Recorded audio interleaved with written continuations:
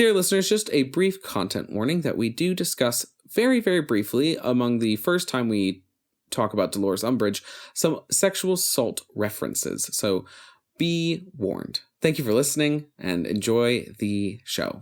Give me big old buckets of butter beer. Give me big old barrels of butter beer. Give me the drink I love so dear. And another round for my friend right here of the sweet old butter beer. Welcome to the Three Broomsticks. We invite you to pull up a chair, grab a butterbeer, and settle in for a hearty discussion about Harry Potter. I'm Sam Williams. I'm Sierra Obermark. And I'm Irvin Cakeman. And today, for episode number 71, we've gathered to discuss evil Hermione. Is Hermione evil? What if she were? You know, the brightest witch of her age just recently celebrated a birthday. I believe she's turning... Well, actually, a lady doesn't say. And we've gathered to discuss her dark side here. So we have a bit of recommended reading for you. So first up is an essay I wrote a million years ago called Hermione's Revenge over on MuggleNet.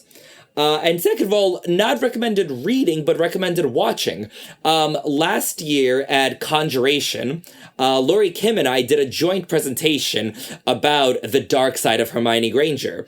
So, I mean, we're going to cover a lot of the same ground, but the presentation was very costume heavy, prop heavy. There were a lot of bits.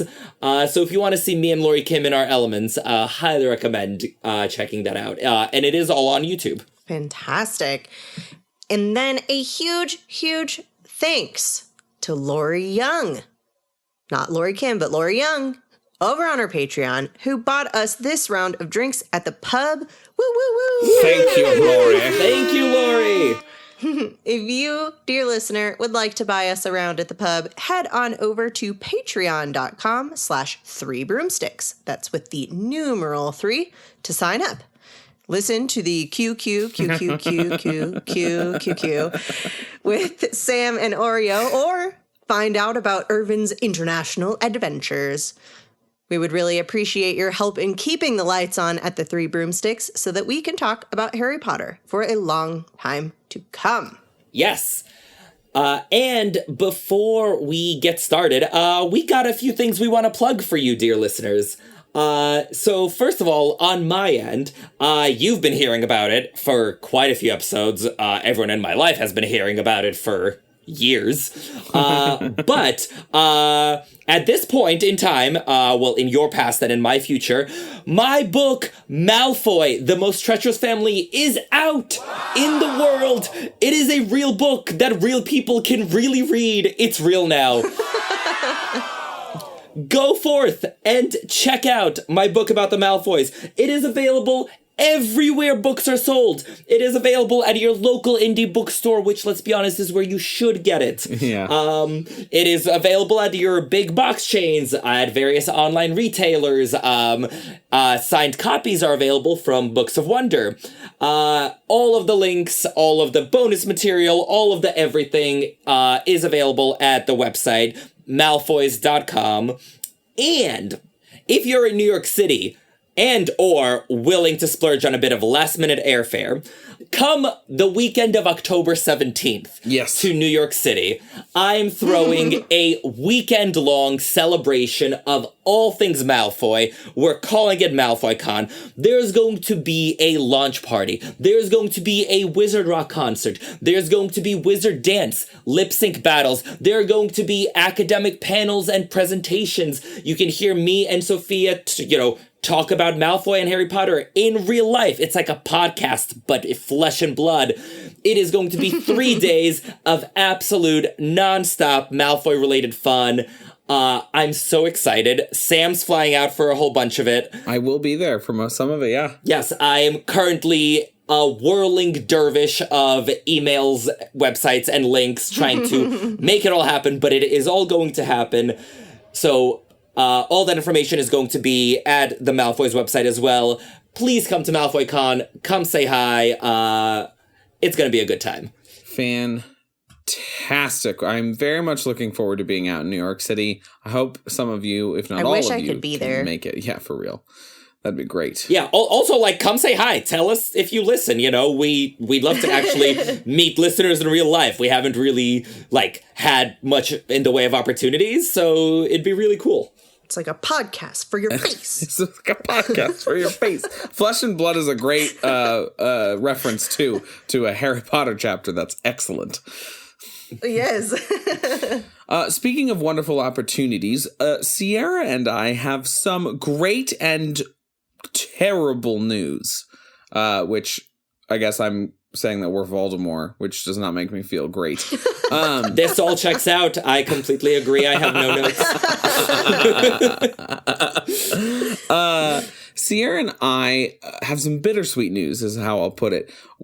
Forever, Sierra and I have known each other for such a long time, and forever we've been talking about doing our own podcast about all sorts of different fandoms, which we are launching. We're launching a sister podcast to the Three Broomsticks, but it does mean that we will be leaving as full-time hosts from the pod. We will return, of course, to be guests, to have frivolities and frivolries and fun, and it will be excellent and most good. That being said, we are launching, very close to when this podcast comes out, we'll be launching on Monday, October 13th. The podcast is called Fandom Schmandom, and we will be going over all of your different fandoms that you love and enjoy. In this particular case, our first season will be all things Stranger Things. And so you can find us wherever you get your podcasts. You can also find us ahead of time on TikTok and Instagram at Fandom Schmandom Pod and on X at fandom_schmandom. We'd love for you guys to give us a listen and keep us in your hearts as you love the Three Broomsticks.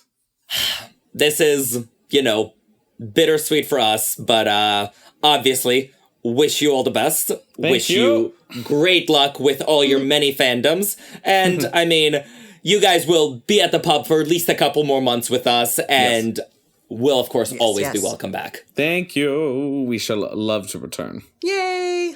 But before we get off into our books and our fandoms and whatever, let's get back to the reason we're all here. Hermione's evil nature. For those of you who listened to our What If Snape episode, this one's a little bit different because we went through all the different ways Snape could have been different and all the things and all the questions that we had. But today we're focusing in on Hermione going down the dark side, going in the complete opposite direction that our dear Hermione does go in, or is it the complete opposite?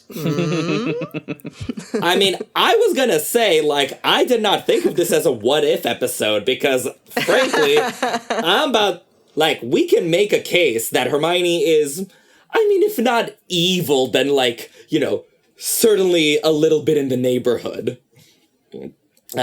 So I think we can discuss her canonically evil nature, and then get into how she could, and whether she could be any more evil than she already is.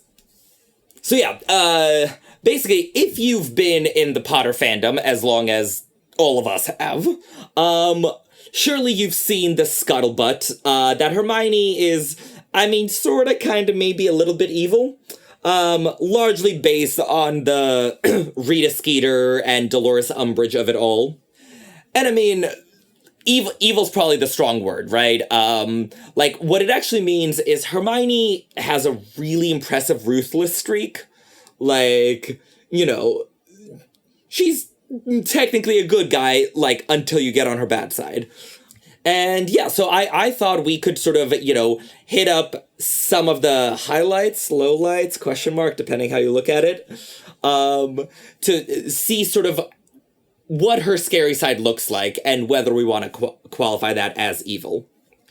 And just before we get started, I will say that, the great thing about Hermione is that she has this image, right, as, like, she's a goody two-shoes, she's obsessed with following rules, she's a nerd, basically. But she has absolutely no problem breaking all the rules and going around them, like, basically as she deems fit. Like, it's not quite the whole, fifth movie, like, it's exciting, isn't it, breaking the rules bit, but, like, yeah, she does not hold rules quite as sacrosanct as perhaps the stereotype would lead you to believe. Yeah, I mean, I think one could argue that that's because she has no problem when it's, circumstancing the rules or circumventing the rules when it's for the moral and good. So we'll have a very interesting time here discussing whether or not it is evil or if it is not maybe the best, but not evil. Do you see what I'm saying? Yeah. What's the D&D thing? Like good, evil, chaotic, lawful. Yeah. Lawful, evil. What's the middle one, Sierra? I can never remember. True neutral. Yeah, true neutral. And then it's chaotic evil, lawful evil, and something. Different type of evil. Yes, well, so she's definitely not lawful. I would sort of place her as, like, truly chaotic good.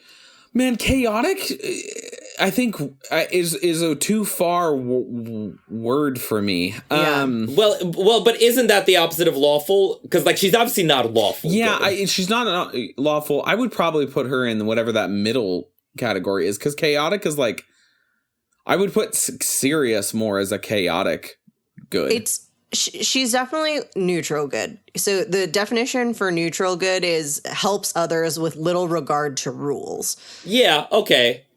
I can get behind that. Because chaotic good is values freedom and doesn't like authority when authority intervenes. That's not true. And then lawful good is respects authority and helps others. So it's definitely neutral good, where she's helping other people and doing what she thinks is right, but it doesn't necessarily need to follow the rules. Yeah, I like that. I'll get on board with that. Yeah, we can do that.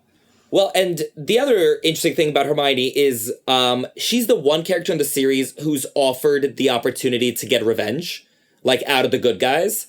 Like, the series in general is very, like, you don't get to carry out your personal vendettas, right? Yeah. Like, Harry and Neville are not the ones to take out Bellatrix, like, Lupin doesn't take down Fenrir, like, sort of no one gets to fulfill their personal vendettas, because, that's not very Gryffindor. The Gryffindors all, fight for noble causes and such. And Hermione's the one exception to that. Like, she absolutely gets her own back and gets to take down the people who wrong her. And I think this is fascinating. Yeah, I think that's cool. That's the main point for me in terms of, like, even thinking about what if evil Hermione. Because Ron and Harry, when they do get, slight, small moments of revenge, it's like Draco Malfoy was mean to them, and so they beat him in a Quidditch match. It's proportional. Versus... And even when Harry does get a moment to actually get revenge for Sirius's death with Bellatrix, he doesn't obliterate her into a million pieces. He casts the Cruciatus Charm for a second. Now, whether or not he would go further, it kind of gets a little interrupted. But Hermione sort of goes above and beyond proportionality of her revenge, which is what I think disagree. Oh, this is going to be spicy, because I disagree with that. That it's not, that some of her stuff is disproportionate? Yeah. I think she gets it just right. She is the Goldilocks of revenge. Yeah, I think she's disproportionate in her revenge on just really one. And that's the thing that makes me think of her as potential evil Hermione. But we'll get there. We will indeed. So yeah, I say let's get into some of her greatest hits, because that'll sort of provide the backdrop for us to decide. And so, listeners, I'm sure you could have seen this coming.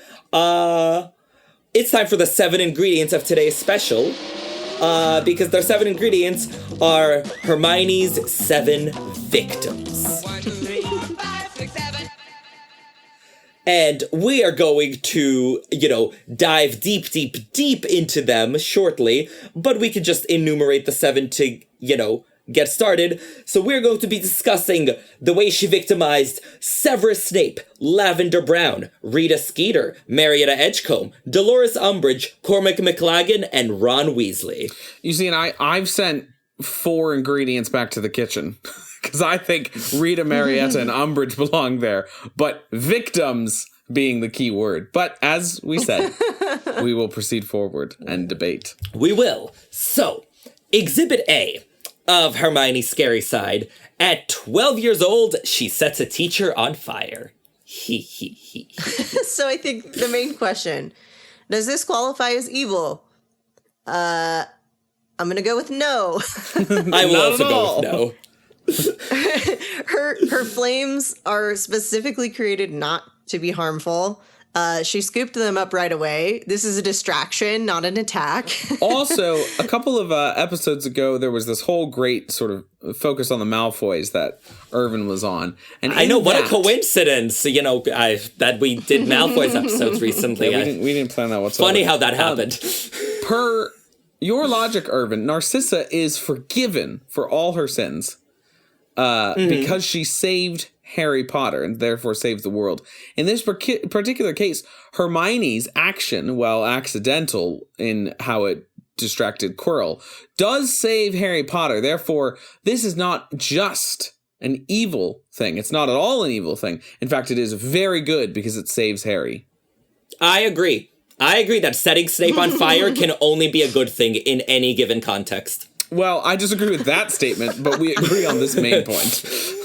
Yeah. One step too far. Like we were Hermione. all on the same page for one. As the pendulum swung through with Irvin waving at us on it. I mean, guys, if we're all gonna be on the same page the whole time, it's not gonna be any fun.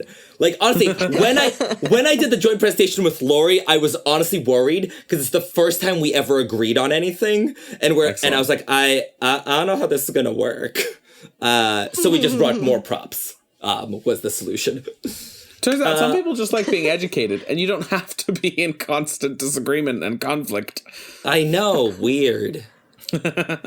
And I think the most important thing is that people like props. Yes, very much.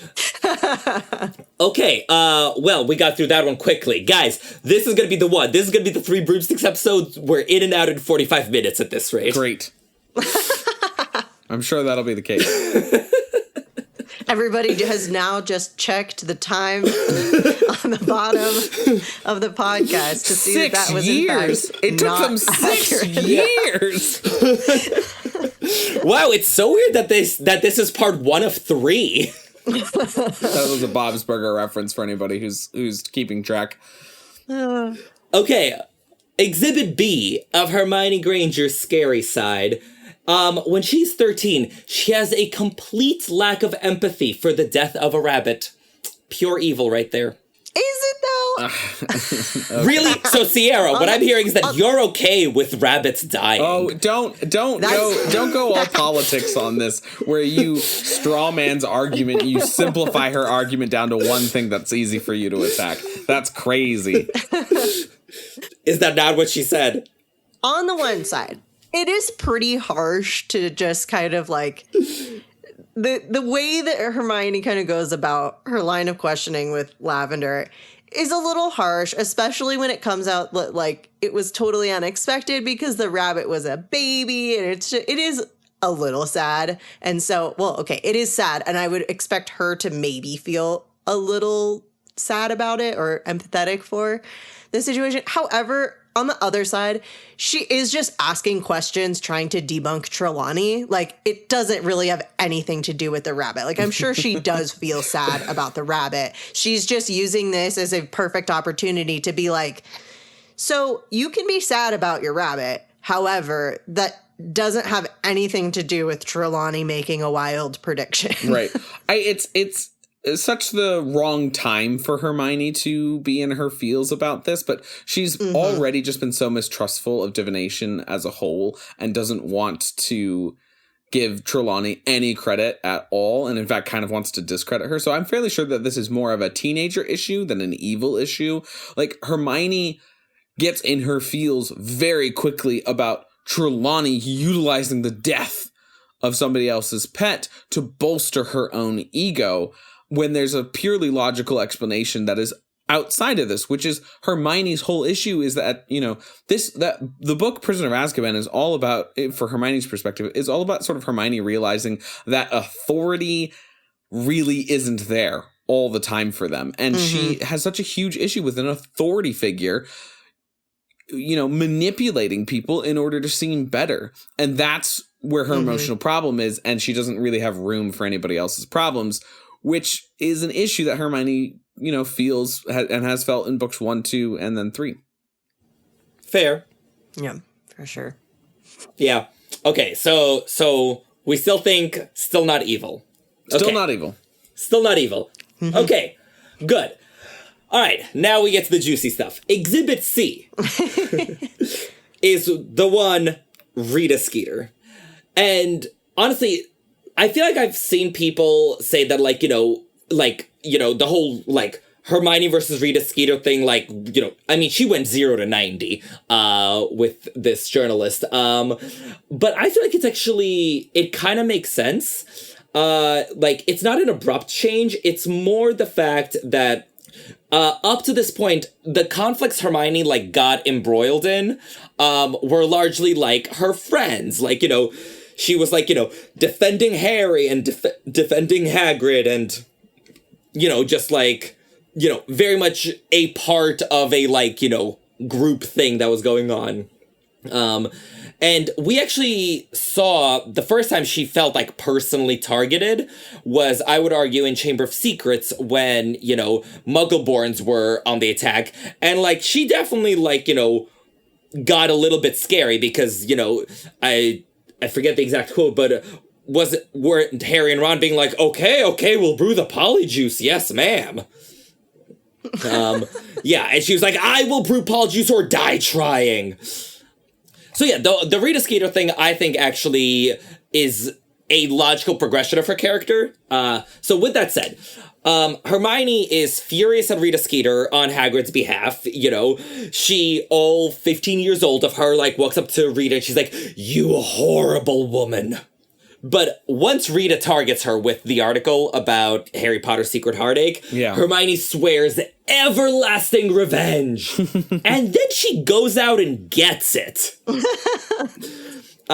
So, the result of Hermione's campaign of vengeance, imprisonment in a jar. The quote is, I've told her I'll let her out when we get back to London, said Hermione. I've put an unbreakable charm on the jar, you see, so she can't transform. And I've told her she's to keep her quill to herself for a whole year. See if she can't break the habit of writing horrible lies about people. So, now we ask the question again. Does this qualify as evil? So, on the pro-evil side, extrajudicial imprisonment is a bad thing. I think just again, Sam, sorry to make big blanket statements here, but I'm just gonna say that.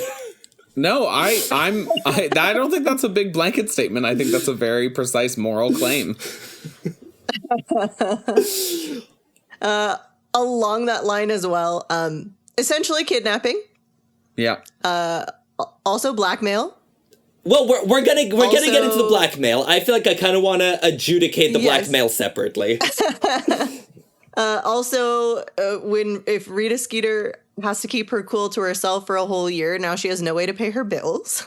Yeah. Also, this is extortion, the literal definition of extortion.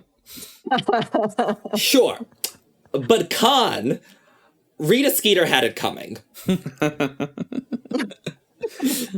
Okay.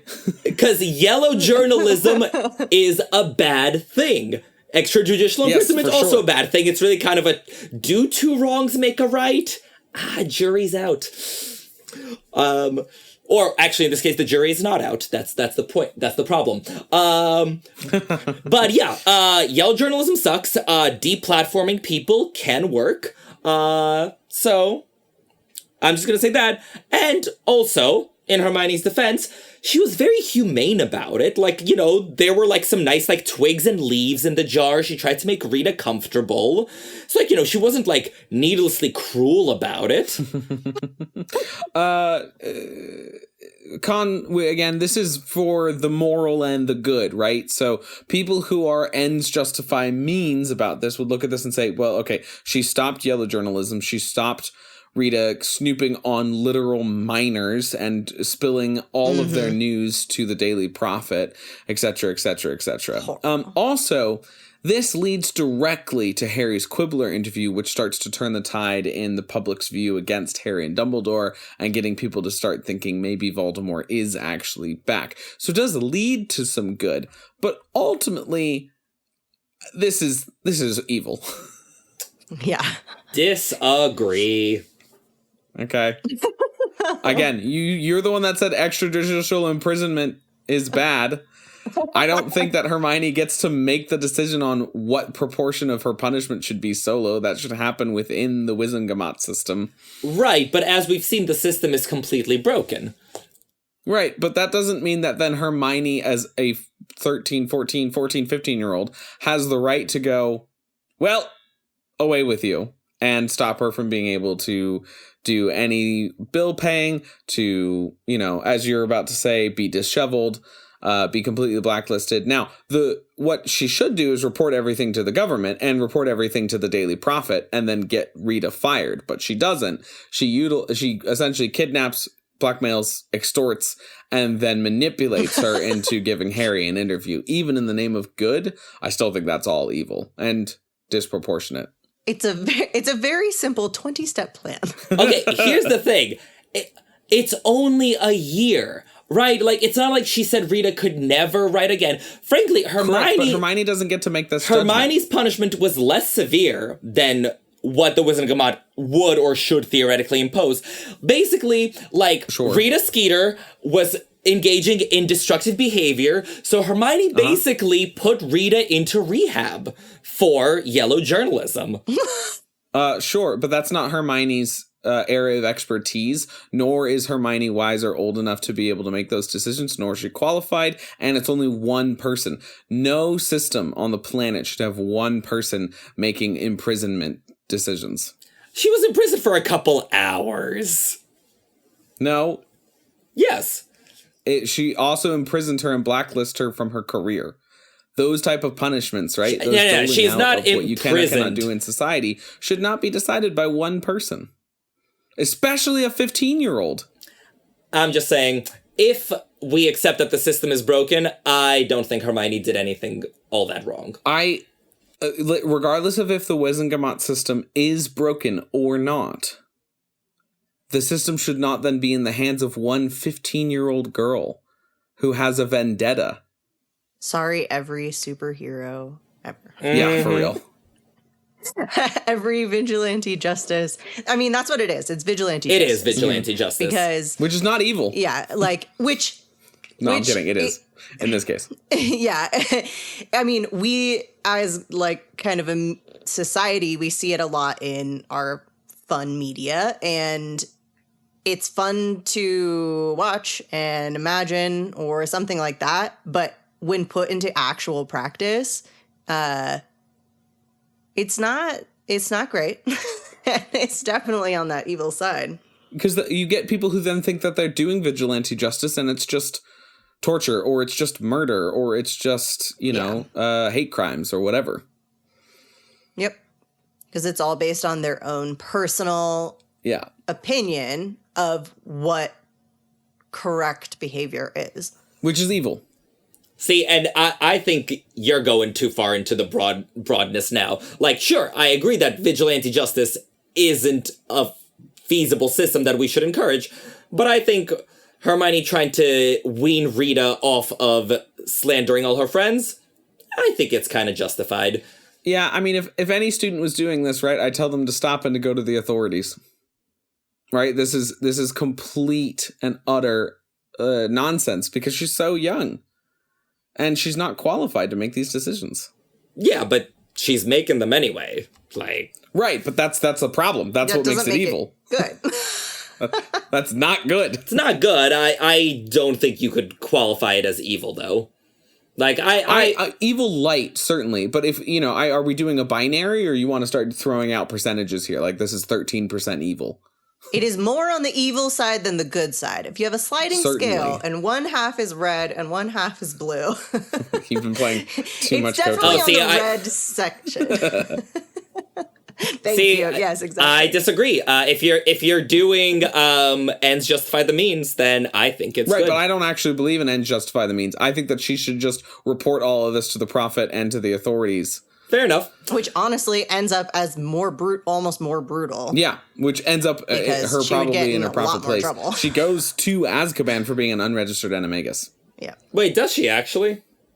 Yeah, it's. Is that somewhere in the Apocrypha?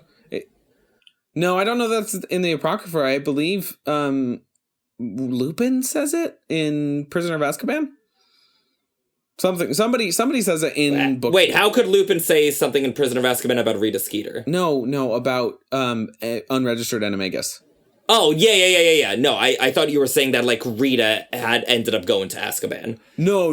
I'm saying that's the prison term. That's what would happen to her. Yes. Yeah. True. Well, okay, fine. So, moving past the extrajudicial imprisonment, let's talk about the blackmail. Because I would argue that this is slightly worse. Just because, again, the imprisonment was like a short-term, I would say, emergency solution. So, unemployment did not suit Rita. Her hair is lank and unkempt, her nail polish is chipped, her glasses are missing jewels, it's not a good look for her. And so then Hermione forces Rita Skeeter to write up Harry's interview for free. Now, does this qualify as evil? I would argue that it comes much closer because writers deserve to be fairly compensated for their work. Correct. As an entirely objective party here, I'm going to say that.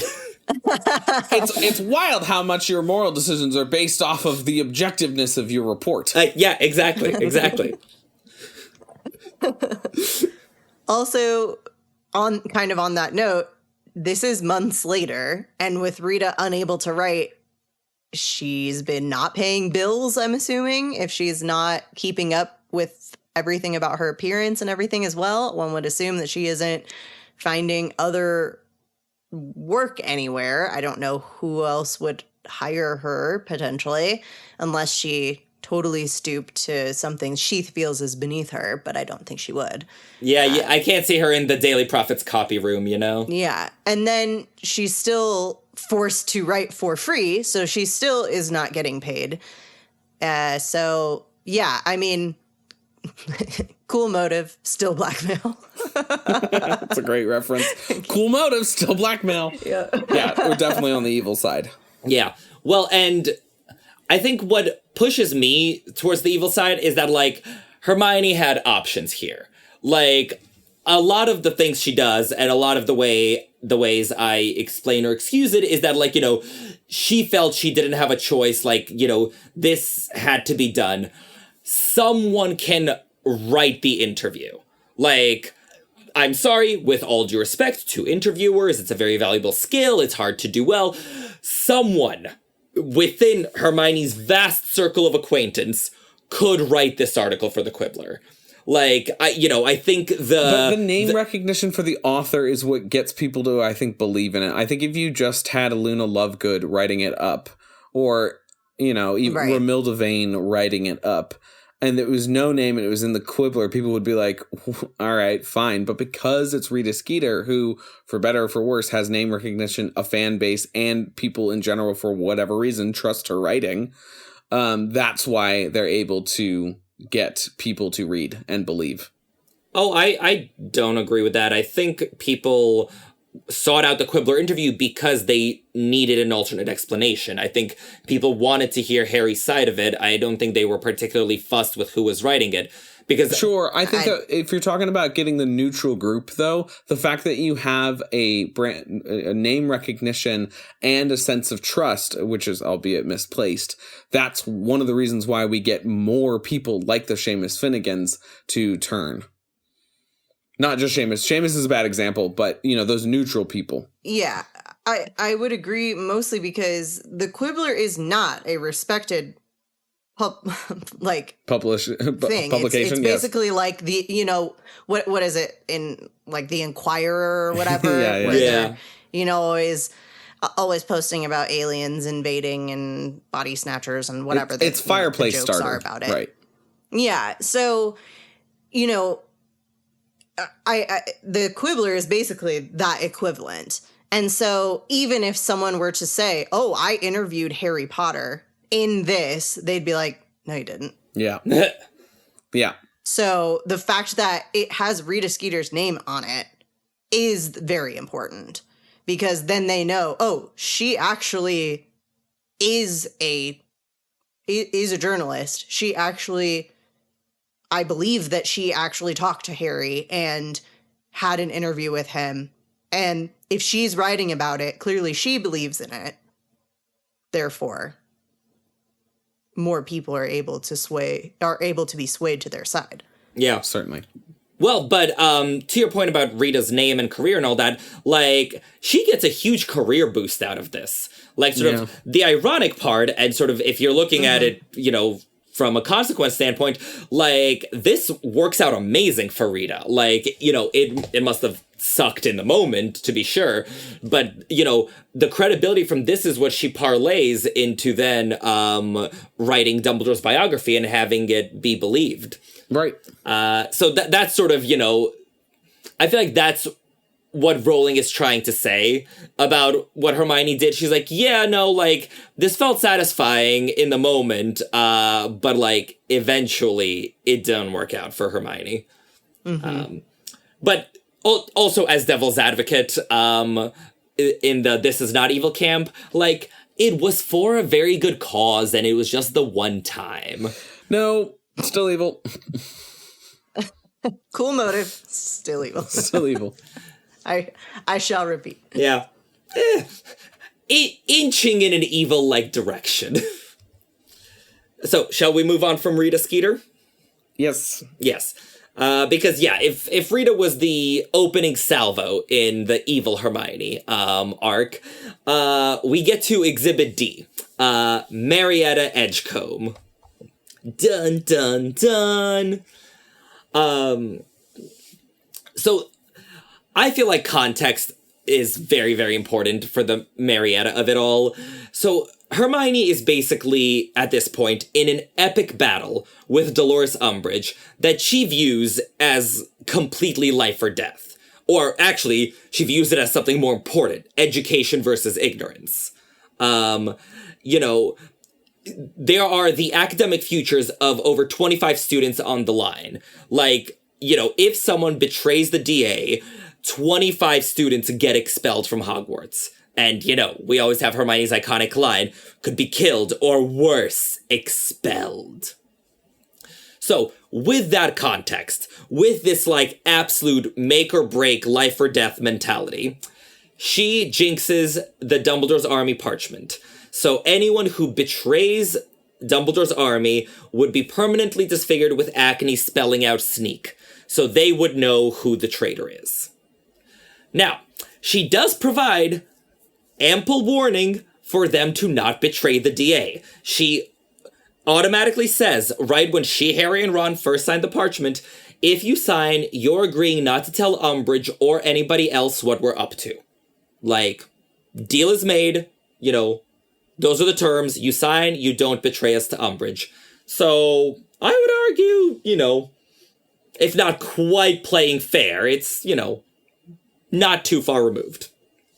So, the jinx is punitive. It's not to dissuade betrayal, but to expose it, which, is important information for the DA to have going forward, and also to punish the traitor in question. So, them's the facts.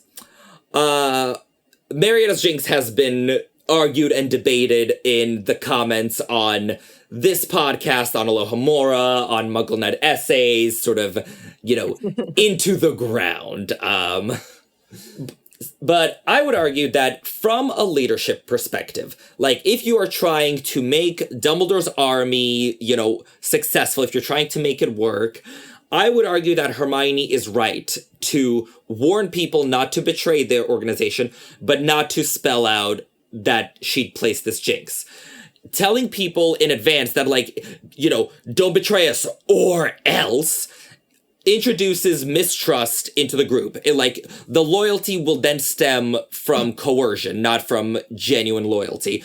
And Hermione is trying very, very hard to foster a sense of camaraderie with the group. That's why they pick a name and everything. She wants an atmosphere of openness. She doesn't want to be like Voldemort or the Death Eaters. So I would argue that, telling people about the jinx in advance would not have served anyone's purpose. I think just not doing the jinx at all is a way better way to foster a sense of loyalty and camaraderie. And then you have the natural consequences of disloyalty. You don't have to have extra consequences of disloyalty. You then just can have people ostracize. Unless you don't know who was disloyal. The first and foremost effect is to point out who the traitor is. Right, and you could do that without making permanent disfiguration. But sure. But we see Hermione being able to sleuth out all sorts of information, including, it would not be difficult to figure out who did it. After all that, right? So just not doing the jinx, I think, is the actual right move there. That's way better instead of secretly, permanently disfiguring somebody. I think it is a really not a sound strategy. It's actually immoral and unethical. And if a leader ever did that to me, they would be in a lawsuit, lickety-split. Well, Sam, would you betray Dumbledore's army? But that's not the point. It's the principle of the matter, not the logistics of what it's for. And I have a qualm with the principle of the matter, not the fact that it was for Dumbledore's army. See, and I think we're just going to fundamentally disagree, on the whole topic, because, I don't find broad principles as interesting. I was like, no, in this scenario, in all of the extenuating circumstances that we know were had, how do we evaluate the actions? Yes, yeah, broadly speaking, permanent disfigurement, terrible thing. Yes, we agree. We hate it. And so if you want to go into the specifics, the idea is that they're doing an extra class with Harry because Dolores Umbridge won't teach them. An extra class being taken down is actually not that big of an issue. Compared to fighting against Voldemort and being disloyal to Dumbledore as the Order of the Phoenix, right? That being said, this is a minor, right? This is a young girl whose emotions are all over the place due to puberty and hormones, whose parents are putting tons of pressure on her, as we hear from Cho Chang. So the fact that all of in those specific details, I find it even more abhorrent than if it was a fully fledged adult making an adult decision on this. But because we're talking about literal children, the specifics of it, I think, make it extremely way worse. See, and I think it makes it better. Parents were leaning on her. Most of the kids in Dumbledore's army have parents at the ministry.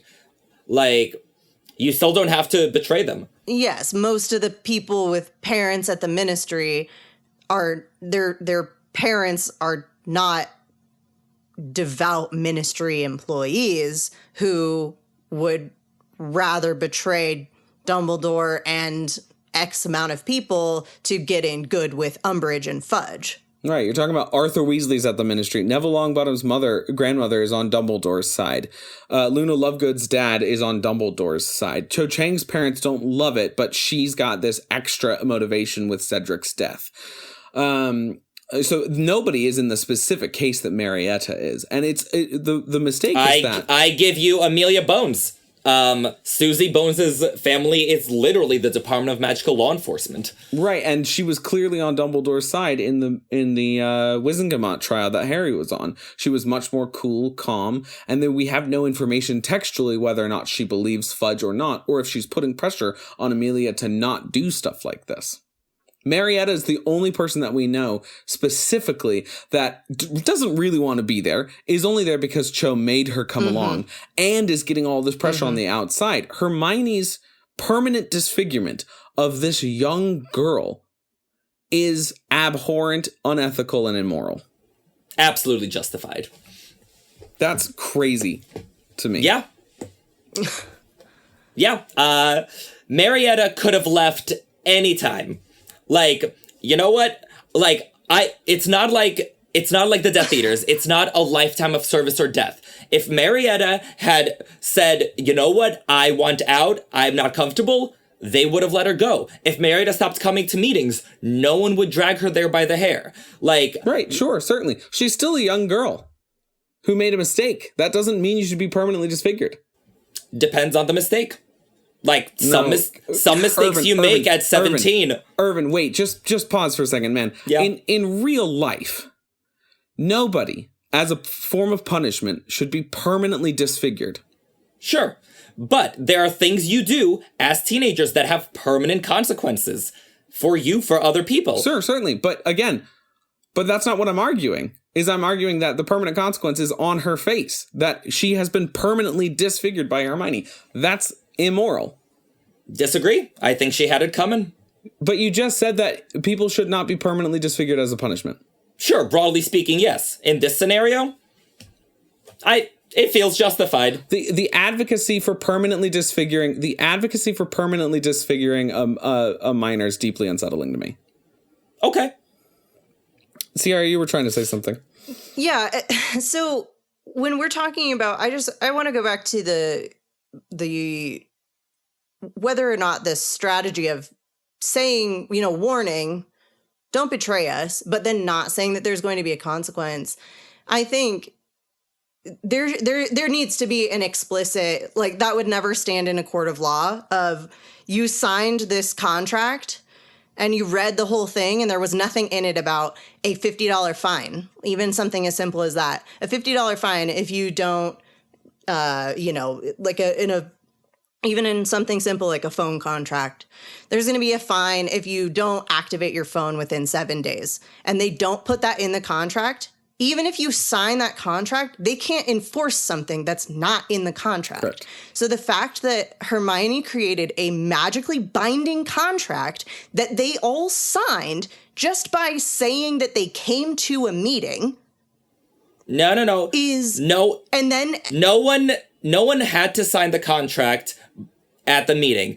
Again, they were all free to not sign. They were all free to leave anytime. That's fine. But they were not told all of the information. Yeah, and they weren't told everything. Illegal. That's the problem. Yes, that is the problem. If Hermione had said, if you sign, you're agreeing not to tell Umbridge or anybody else what we're up to, there will be consequences. Should this happen, we will all know who you are, and whatever the case may be. And then she puts a thing on the parchment that instead of saying sneak on someone's face permanently, it just lights Marietta's name up. Yeah. Something as simple as that, where they all know who betrayed them. It is obvious. They now all know, they know who did it. That was the whole point of, like, pointing out the traitor. So they all know, and there's no further punishment doled out upon a teenager. I think that's a fair point there. There's a lot of other ways to have figured out who Marietta is without permanently disfiguring her. Even sneak popping up pimply. Until we found out that Marietta's formation, like, never actually went away, I was fine with what happened. I was like, okay, that's, whatever, just teenagers being teenagers, but it'll go away. And then Madame Pomfrey couldn't figure out how to get rid of it. And then we find out later that it like fades, but it doesn't go away. And the idea of, like, there's so many different ways that you can reveal who did this. And then you have the natural consequences of the ostracization of Marietta from Dumbledore's army. That works for me. Mm-hmm. The extra step that Hermione goes in it is what is disturbing. Yeah. See, I think you guys are looking at this more dispassionately than anyone in that scenario actually would. Like, yes, if we're doing, like, everyone behaves completely correctly and does all the right things. Like, yeah, Marietta's face lights up and, nothing that. But the point is also to punish. Like, if someone sells out Dumbledore's army, if someone ruins the lives and the academic futures of over 25 people, like, Hermione wants there to be consequences. She wants to punish them for that. And right. I think it's a completely justified feeling. And I think you should tell people before you do that. Not permanently. Not permanently, though. I mean, like, people need to understand what they're getting themselves into. And also, people need to not betray their friends. But they're not her friends. Yeah. People need to not betray people in general. She is friends with Cho. She is friends with one person, and she has no loyalty whatsoever to any of the other people. She has loyalty to her family, who are the ones who tried to get her to give information to Umbridge, which is why this all happens, is because she does have loyalty, and to a correct group of people, I will argue. To a very incorrect group of people. Is not a problem. When your family is on the wrong side politically. Your own parents? Yeah, absolutely. I'm sorry. Like, if your family is But as a child, if your family is all Trumpers, like, that doesn't mean you need to go sell out the immigrants living next door. Okay, but we're not talking about that specific scenario, right? It is okay for a 14, 15, 16-year-old to have loyalty and to feel fear about the consequences from their parents, right? She's in a catch-22 of loyalty. She is either disloyal to her parents or she's disloyal to Harry and company. And the problem is that she's been hoodwinked by the other side. And Hermione should then at least have a non-permanent version. She can still punish her, to your point. Yeah. I still don't think that's right, but I don't begrudge that. It's the permanency of it that's the problem. Yeah. If I'm in the DA and I see and am in this situation and I see Sneak pop up on her face and I know that she's the one who betrayed, I'd be like, "Oh yeah, that's a good way. Like, put her on blast. Let's get this out there that she's the one who betrayed us, and now everybody knows." Mm-hmm. I would expect that to go away. Yeah, totally. Well, it mostly goes away. It leaves a few scars. That's literally the quote. Yeah, but but it's still scars, and Hermione doesn't have to do that. She has options facial here. Scars. Yeah. Yeah. Well, to quote Rowling on the topic, when someone asks, did it ever fade? She said, eventually, but it left a few scars. I loathe the traitor. And I'm in complete agreement there. I, too, loathe the traitor. Okay, so that's Marietta. That's how Hermione treats traitors. And I will agree that this is one of the scariest things that Hermione does, because, again, it's punitive. It's not just an emergency measure. So, do you guys want to move on? Yeah. Yes. So, Exhibit E. Still in the same book, still in Hermione's peak villain era of Order of the Phoenix. One, Professor Dolores Umbridge. And, as I said, Hermione views the battle against Umbridge to be completely existential. And, I would argue she's not wrong, but given the context, she's faced with the threat of her friend Harry being tortured with the Cruciatus Curse. Plus everyone being expelled, plus Sirius maybe being about to be murdered. So, that's what Hermione's up against. And in the moment, she concocts this brilliant scheme to neutralize Umbridge by having her carried off by the centaurs. So, I feel like I'm just gonna say this here and now. You know what we're not gonna talk about at length is whether or not Umbridge got raped by the centaurs, because short answer no, and long answer for another day. Yeah, I think the point there being Rowling never seriously touches on sexual cruelty that magic could perform. She only ever talks about violent cruelty in magical forms, so I think that's a very clear no. Yeah. Okay, so stipulating that the centaurs carry off Umbridge, she doesn't enjoy the experience. No, with that in mind, I think that this is kind of peak ruthless Hermione. Like, you know, good or evil, but like ruthless. Like, this is just Hermione firing on all of her cylinders. The cap in the unholy trinity of her victims that gets cited in this debate. So, having Umbridge carried off by the centaurs to neutralize her, does this qualify as evil? I'm gonna just say a blanket no. I think this was self-defense. Yeah, I'm there with you. I think I think overall self-defense, because Umbridge still has her wand on Hermione and Harry the whole time they're headed to the forest, and we're just coming off of, you know, Harry being crucioed by her. And I think it's just it's a careful line at the moment, though, because should Umbridge had just let them lead her without still having essentially a weapon on them, or if this was a different day or something like that, then we're talking premeditated, and that's a completely different situation. Totally. You know, if Hermione waited until the next day and then was like, "Hey, I have some information for you. Come with me," that's a problem. That would be much, much, much more on the evil side. The only reason why I still feel like this particular punishment, or not punishment, but this particular situation could go down the evil scale is just, while we know that Hermione kind of has a target in mind as to who she's going to encounter in the forest, there's also still a lot of things in that forest that would have just killed Umbridge accidentally or purposefully rather than scare her. And that's pretty harsh. What do you have in mind other than the acromantulas? Grop. I don't think he'd kill Umbridge. Accidentally, you know, yeah, the werewolves that totally even a unicorn can kill. Like, Ollivander was like, nearly gored me with his horn. I mean, lots of things can kill, but like the odds of Umbridge actually being killed by anything in that forest other than an acromantula. I'm sure there's at least one blast-ended Scroot still running around here.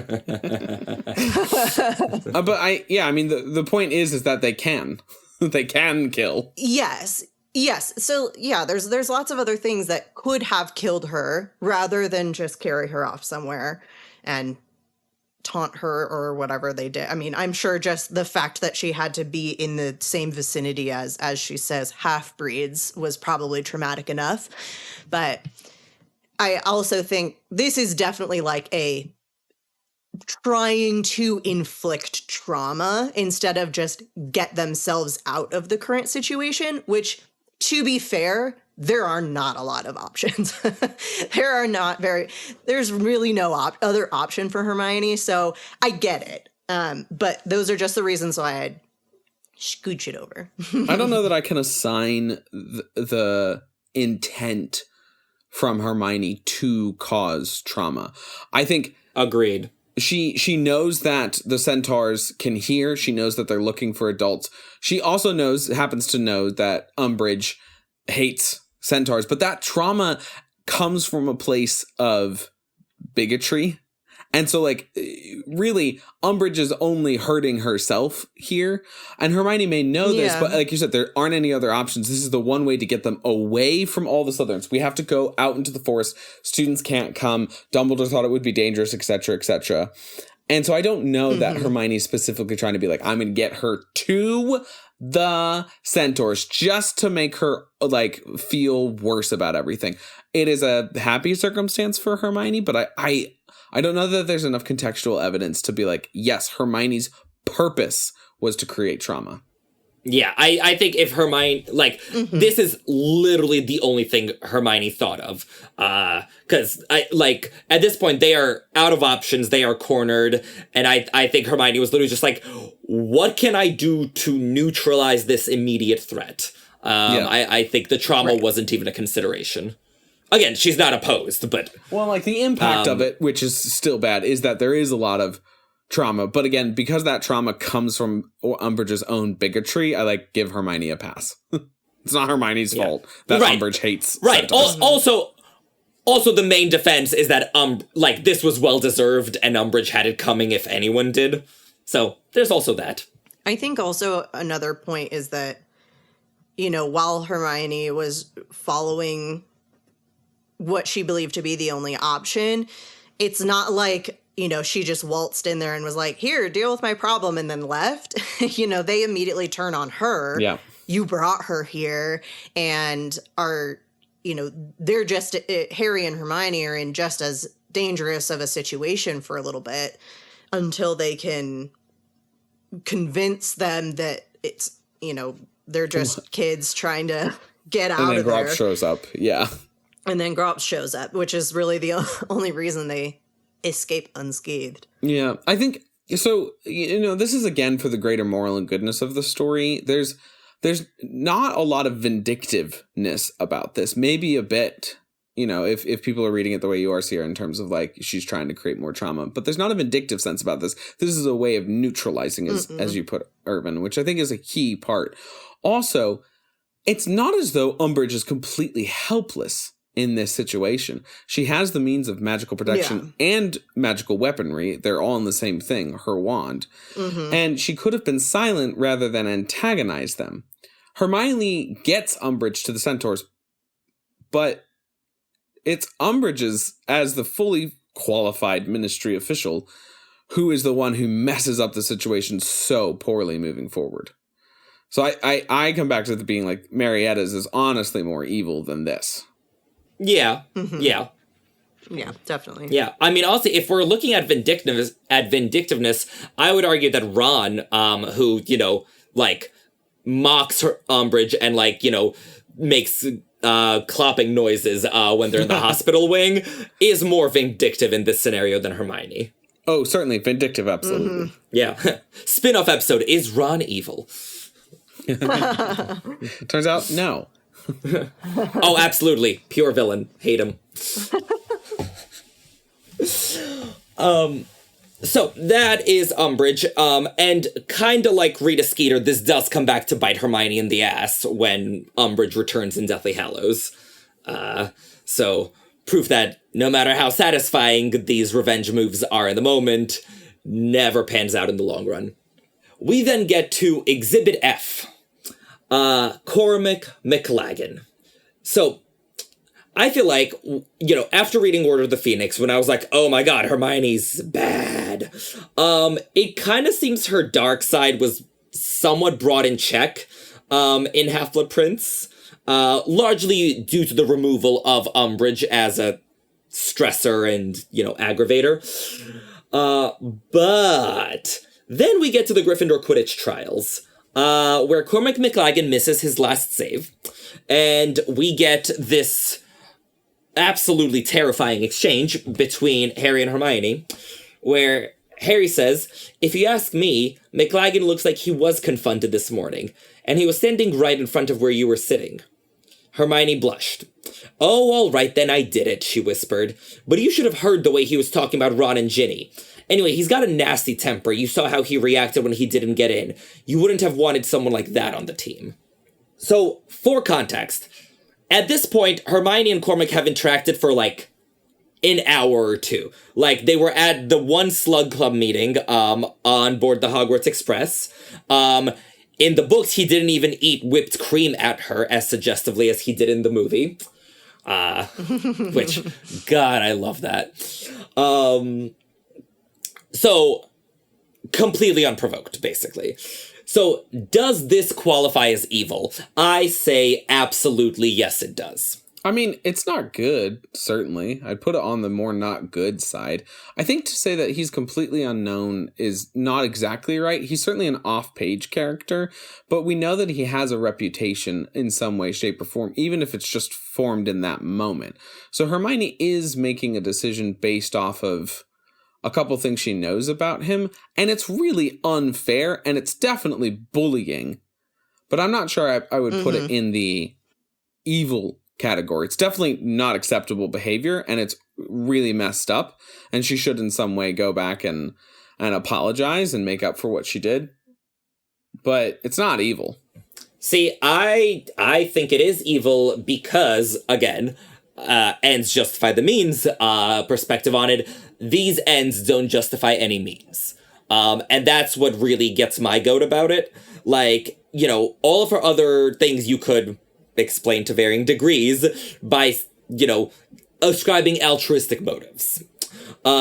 Here, like, you know, Cormac didn't do anything to her. He was abrasive. He may have been even unpleasant, but he did nothing to earn her ire. That's not exactly true. She interfered in a sports trial, which she doesn't care about. Like, you know, this... he does earn her ire. She says literally, but you should have heard the way he was talking about Ron and Ginny. That earns her ire. Yeah, I don't think that's quite enough. Sure, but in terms of earning her ire, the ire happened with Hermione. I'm not saying whether or not that justifies the means. I'm just saying... I'm sure it happened. I said it wasn't earned. Yeah, I think that, you know, if you shit-talk a friend, you're going to earn an ire from somebody. Like, you know, gossiping behind somebody's back or bad-mouthing people certainly qualifies for an ire. It doesn't justify what she does, certainly. No. But, you know, that's not semantics. That's just like the definition of ire. Mm-hmm. Yeah. Anyway, like, the point is, Cormac didn't have it coming. Like, this was a fair and square sports rivalry. And, like, I mean, frankly, when Hermione tries to dress it up, is like, you wouldn't have wanted someone on the team like that. I was like, oh no, far better to have the whiner who has performance anxiety before every match. Yeah, certainly. It's not a good look whatsoever. Yeah.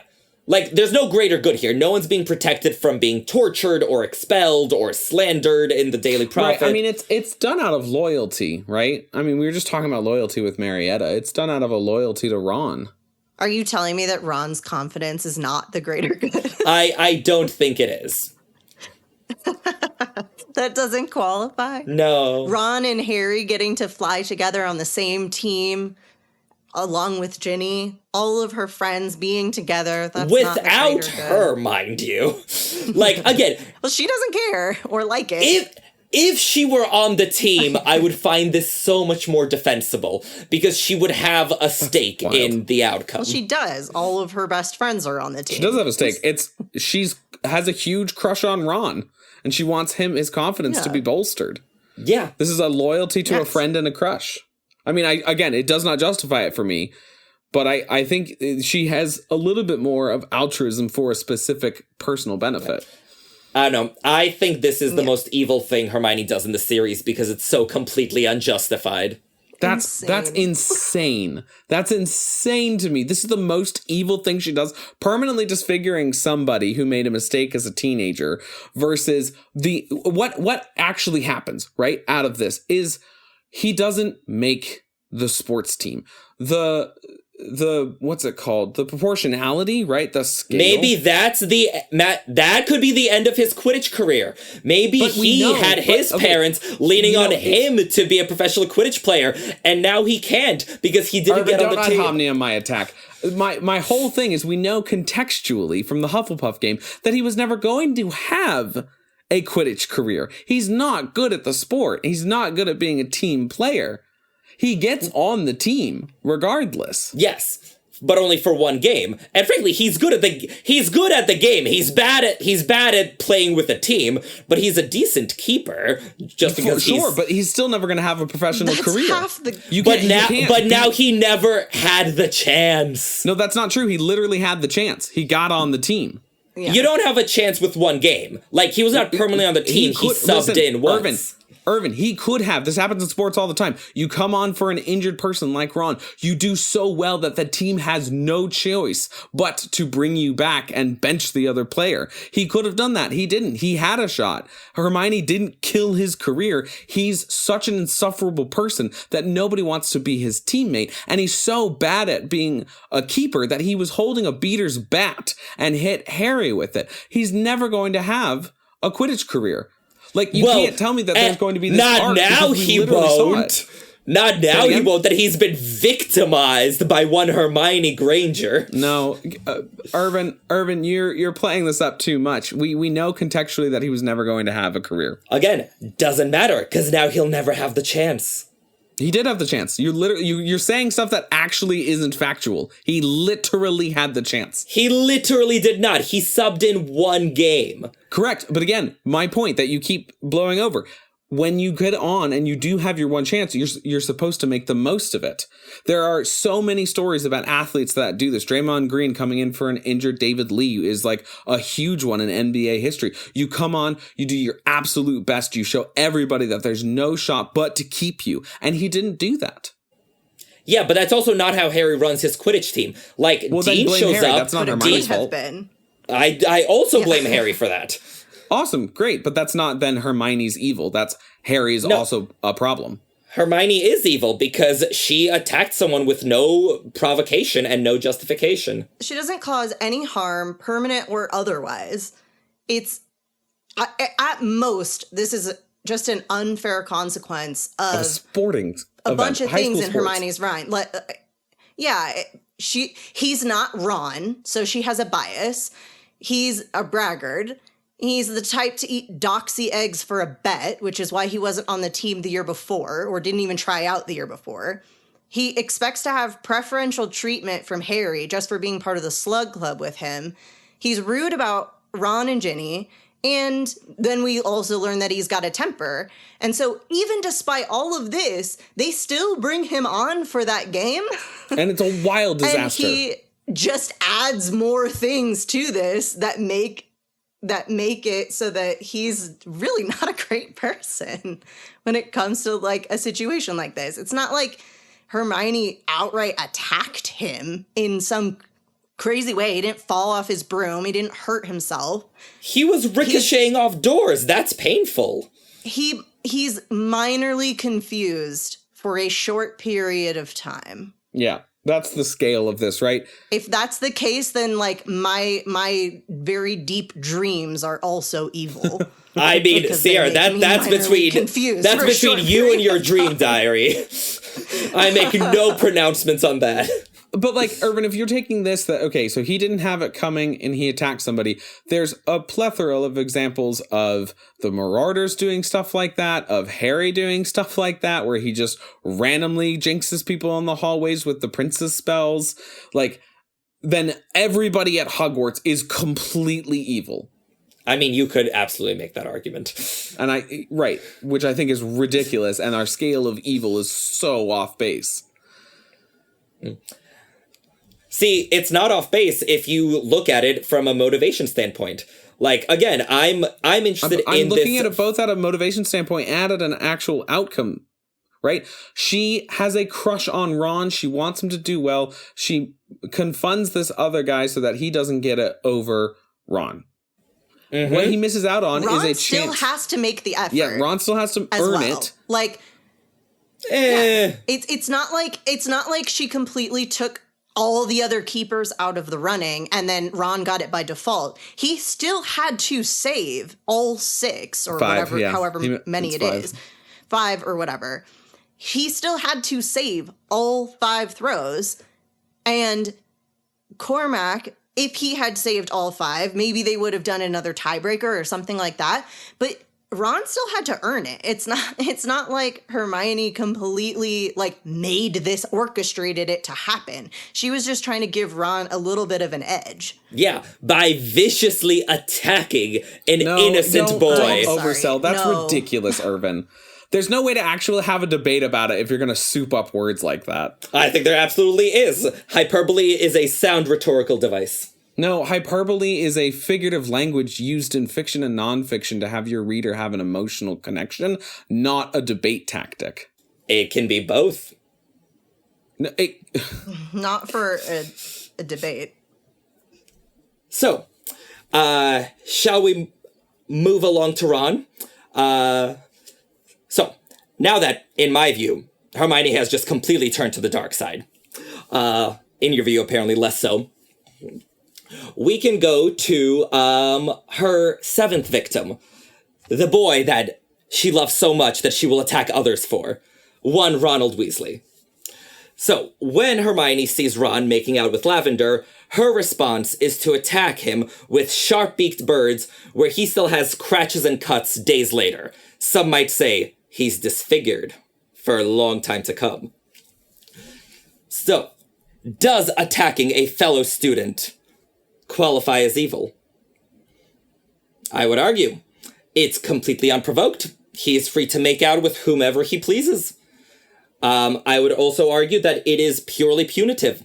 Much like the Marietta Edgecombe thing, she's not trying to fix anything. She's just lashing out. Mm-hmm. Yes. I would agree with both of those. I think that it's not really, it's not justified by anything. She's just angry and lashing out. And so I think that's also supported. This kind of goes in both a pro and a con for if it's evil, I suppose, is just she's really just lashing out on kind of pure instinct.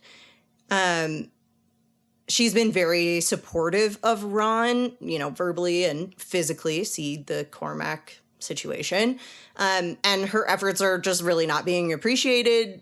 He keeps thinking of her as a friend, and he just ends up kind of going for the first girl who throws herself at him, which is really rough. And that's what causes her to just lash out, which on kind of the one hand is not great because she doesn't really have a reason. But on the other side, it's kind of understandable because she's really leaning on, just like teenage hormones and feelings and things, and not fully logical about this. And so I think that there's a little bit of an excuse for her lashing out.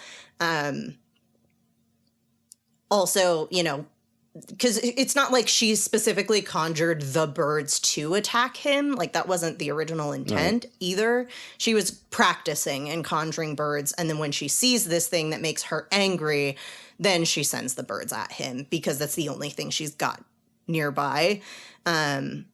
So, I think kind of definitely on the grand scheme, it's a lot more, it's not necessarily good, but it's definitely neutral in my mind. Yeah, I mean, these are stupid teenage feelings being brought out. This is akin to her, like kind of slapping him a bunch of different times. It is not good. I would not say that anybody should go and do this, right? All that sort of stuff. But the scale of it is very small. It doesn't come from a good place, but I don't necessarily think it's evil.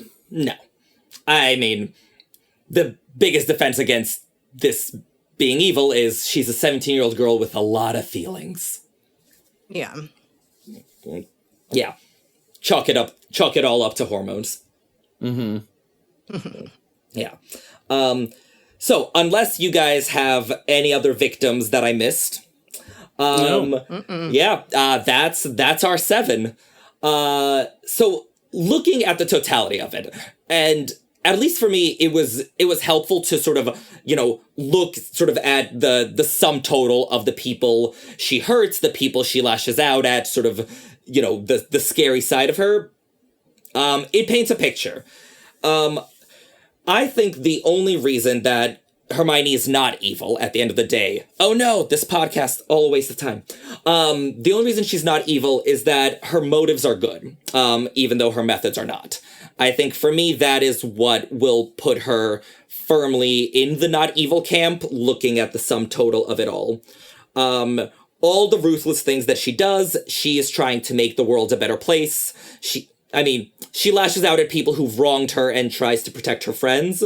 But at no point do we see her enjoying hurting people or actually trying to achieve something, bad or cruel or wrong. She's just an ends justify the means kind of girl. And quite frankly, she and most of the characters and most of us look up to Dumbledore as sort of a paragon of goodness. And frankly, I think Dumbledore would be proud, because he is also an ends justify the means kind of guy. Mm-hmm. And also that's why the Cormac thing bugs me so much, is because that's the exception to that explanation. I think that while this does, redeem her, it also means that it is so easy to go bad, as we see with Grindelwald, who has an ends justify the means mentality and thinks that what he's doing is good and for right reasons, and therefore ignores rules and law in order to do these things that he believes are for the greater good. And so she's doing all these things trying to make the world a better place, but they can so easily just be corrupted or pushed too far. And then she's making the world into what she personally thinks is the best instead of what could potentially be good for the majority or completeness of other people. Yeah, it's a good thing that her heart is pointed in the right direction, because the tools and the utilization of her powers, when she does do things sort of just for herself, right? She wants to punish somebody, then it becomes a giant issue. And we get into the world of immorality. But because her heart's pushed in the right direction and she's got people around her to help keep her oriented that way, she is therefore a good person. Yeah. Yes. Yeah. No, Sierra, I completely agree with you. Like, if you were doing like an evil Hermione arc, like it's all there. It's all on the page. Like, you could so comfortably after book 5 or book 6, like write Hermione, like, turning evil, and we would all read it and we would be like, oh my God, yes, it's so obvious. It's the only way it could have gone. Her character, like, it was all right there on the page. It was all, there all along. Because the only thing standing in the way of evil Hermione is her moral compass, right? Like the fact that she's trying to do good. And once you appoint yourself as the arbiter of what is and is not good, that's the slippery slope that leads to evil. I'd argue most people don't set out to do evil, but like you say, are like Grindelwald and, have, their heart beginning in a right place and veering very far off from that. Yeah. Well, and kind of speaking what's on the page and all written out, we've talked so far about the outcomes of her leaning into potential evil or just a neutral leaning instead of good instead of lawful. And I think that maybe we should talk about what in canon kind of pushes her to all of these potential things and what builds her, partially her moral compass, but also it's just what are the different catalysts that can create who she is. So I think kind of on a book by book standpoint, when we start in Sorcerer's Stone, I think what really is kind of pushing here is there's this lax security on the stone. Children are doing the work of adults, and she's starting to break the rules here. She's a little bit pushed into breaking the rules. However, she believes she's doing the right thing because she doesn't think the adults kind of are at this point, and she wants to stand by her friends. So actually, I don't know if you're down for us to start getting into a few hypotheticals as we go through the books, but I wanted to ask, do you think she'd get more or less radicalized, for lack of a better term? There probably is a better term. Anyway, without Harry and Ron as her best friends. Certainly. Certainly more or certainly less? Oh, I think certainly more. She gets more radicalized without Harry and Ron as their friends. You're talking about a huge amount of tempering forces, a huge amount of power, right, within her. And we'll talk about this in a little bit, but like, if she becomes a Ravenclaw or Hufflepuff or Slytherin or something like that, we're talking about Ravenclaw, which seems to be, very intellectually good, but not necessarily a hugely moral house like Gryffindors are, where there's a lot of rightness and bravery in standing up for what's right. And I think moving into a house like that, she would have much more academic curiosity in the way that Riddle pretends to have with Slughorn. And I think that it's very easy for her to start seeing the world through her own viewpoint rather than having those grounding facts of like Harry, who just seems to always want to do the right thing because he's gone through the wrong things so much. And Ron, whose whole family is deeply moral, as guideposts for her. Okay, counterpoint though. Harry and Ron, and being a Gryffindor in general, gives her something to fight for and gives her motivation to use whatever means she deems necessary for these very virtuous ends. So I actually think that in a roundabout way, like having good friends that she cares about being in a house that is so concerned with doing the right moral thing, I think that actually leads to her indulging her scary side and making herself, the arbiter, the judge, jury, and executioner in these scenarios because it gives her something to fight for. Yeah, very I think, if she were a Ravenclaw, right? Because I always thought Ravenclaws were kind of like amoral almost. It's like it's sort of they don't care if something's right or wrong. They care if they learn from it. I think that actually might have lent itself better to Hermione not indulging her scary side. Yeah, very possibly. So, yeah, it's all a bit backwards in my head. Yeah, I mean, I think I can see it in either way, to be honest, because you have, kind of as we've all been saying, on the one hand, she has something to fight for with her friends in Gryffindor, and she has a little bit of that, oh, it's okay if we break the rules a little bit mentality, just coming from kind of, Gryffindor bravery, stupidity, whatever everybody's saying about them.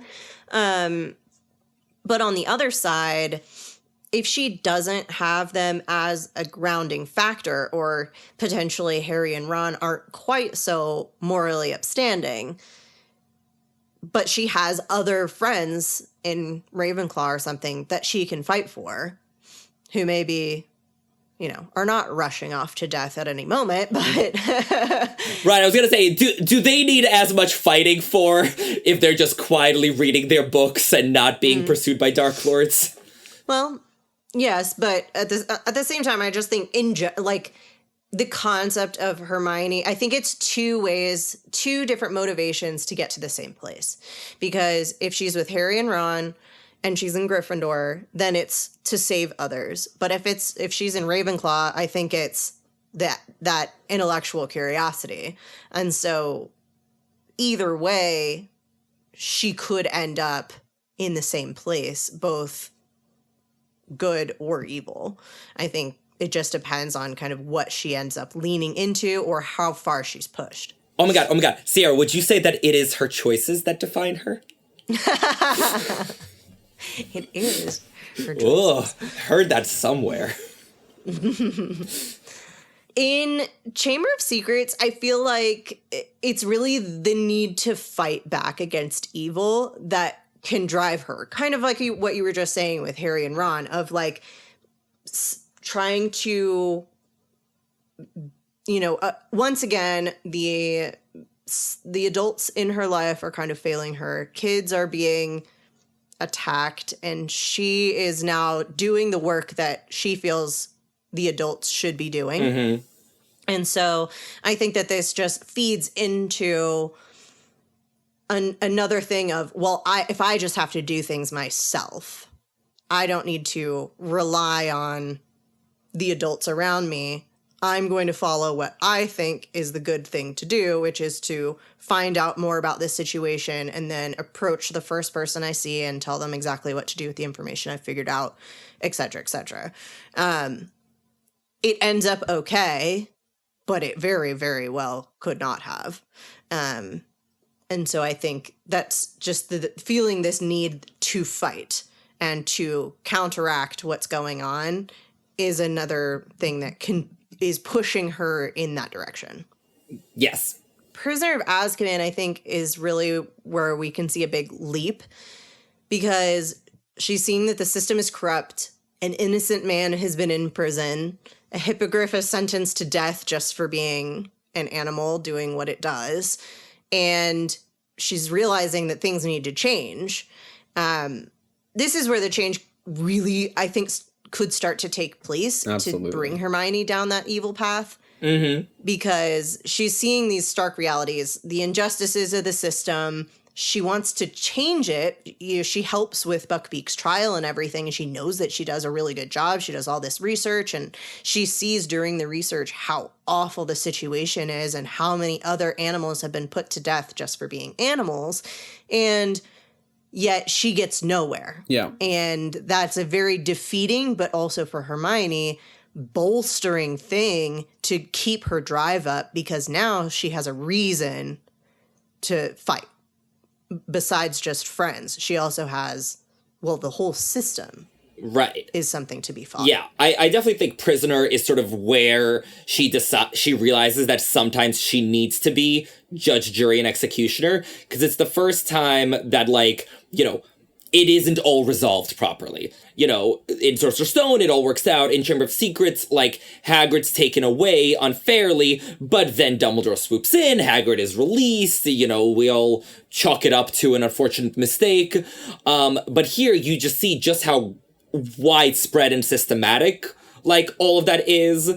And, like, you know, I think the single moment when it happened is when Dumbledore says, like, I have no power to override the Minister of Magic or make other men see the truth. Like, I know that hit Harry very hard because the narration tells us it did. I think it probably also hit Hermione very hard because she also idolizes Dumbledore and just, you know, has that Gryffindor conviction that, like, rightness will win out. And this is when she realized that sometimes it won't. Yeah, and I think also, you know, we have to remember that it's her illegal use of time turners that save an innocent man. Up until this point, she has been fairly reluctant to break rules, even when she does. And at this point, it's not just breaking rules, we're breaking law. And she sees how that works and how you do have to circumvent the system at times. Because this law actually is inhibiting righteousness. It's not just some silly school rule. Right. As she says in High Inquisitor. Oh, I do love that. Yeah, so a Goblet of Fire is really when things start to escalate. There's a lot more that she can use to push her down this path. Not only is the system corrupt, but they're also egged on by corrupt media and people who are willing to believe anything that they read, even those who are supposed to care about her. Obviously, the biggest example we've already talked about, which is the Beta Skita of it all. You know, in her mind, she's getting results. So she can see the appeal of blackmail, other nefarious means to get what she wants. So that's one thing that very easily can be pushing her in this direction. And then another subject would be spew, because finding out that the one place she thinks is of higher morals is now, is now kind of pushing her over the precipice of losing her faith even in Hogwarts.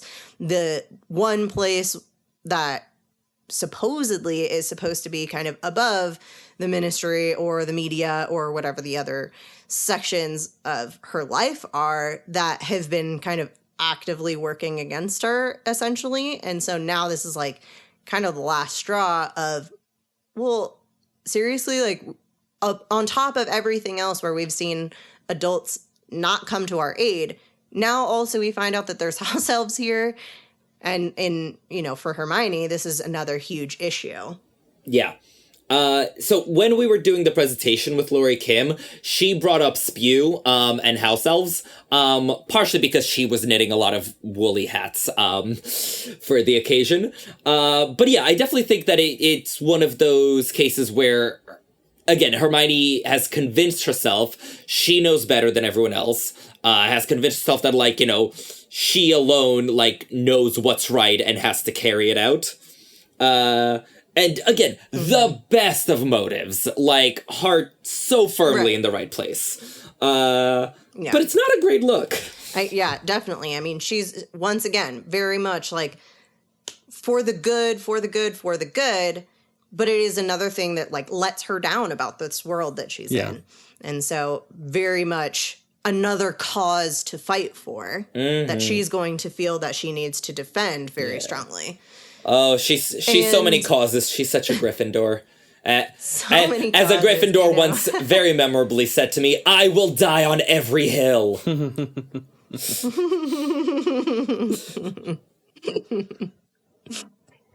In Order of the Phoenix, once again, corruption leaking into every side of things, now into their education. You can literally just say that every book. Like, each book, it's corruption. That's the common thread. I mean, because it's like, Yeah, it's another layer. Yeah. Because, first it's this, now it's this, now it's also here. And so, their general education's now being attacked. She starts a secret society where they practice defensive magic. They, in quotes, because what's-his-face doesn't believe in, it's Slinkhard does not believe in defensive magic. So, in quotes. And it's just a start on the way to taking potentially more aggressive measures against these systems that are failing her. Mm-hmm. So I think that, this is just like another step along her path of creating more aggressive measures to combat these things. And especially after the battle of the Ministry, the damage and the loss suffered there because children were fighting adults. Other adults had to come in and save children. That should just not be a thing in general. I know that the children went off and kind of sought this fight. I was about to say, like, the children very actively, like, placed themselves in that situation. They did. However, I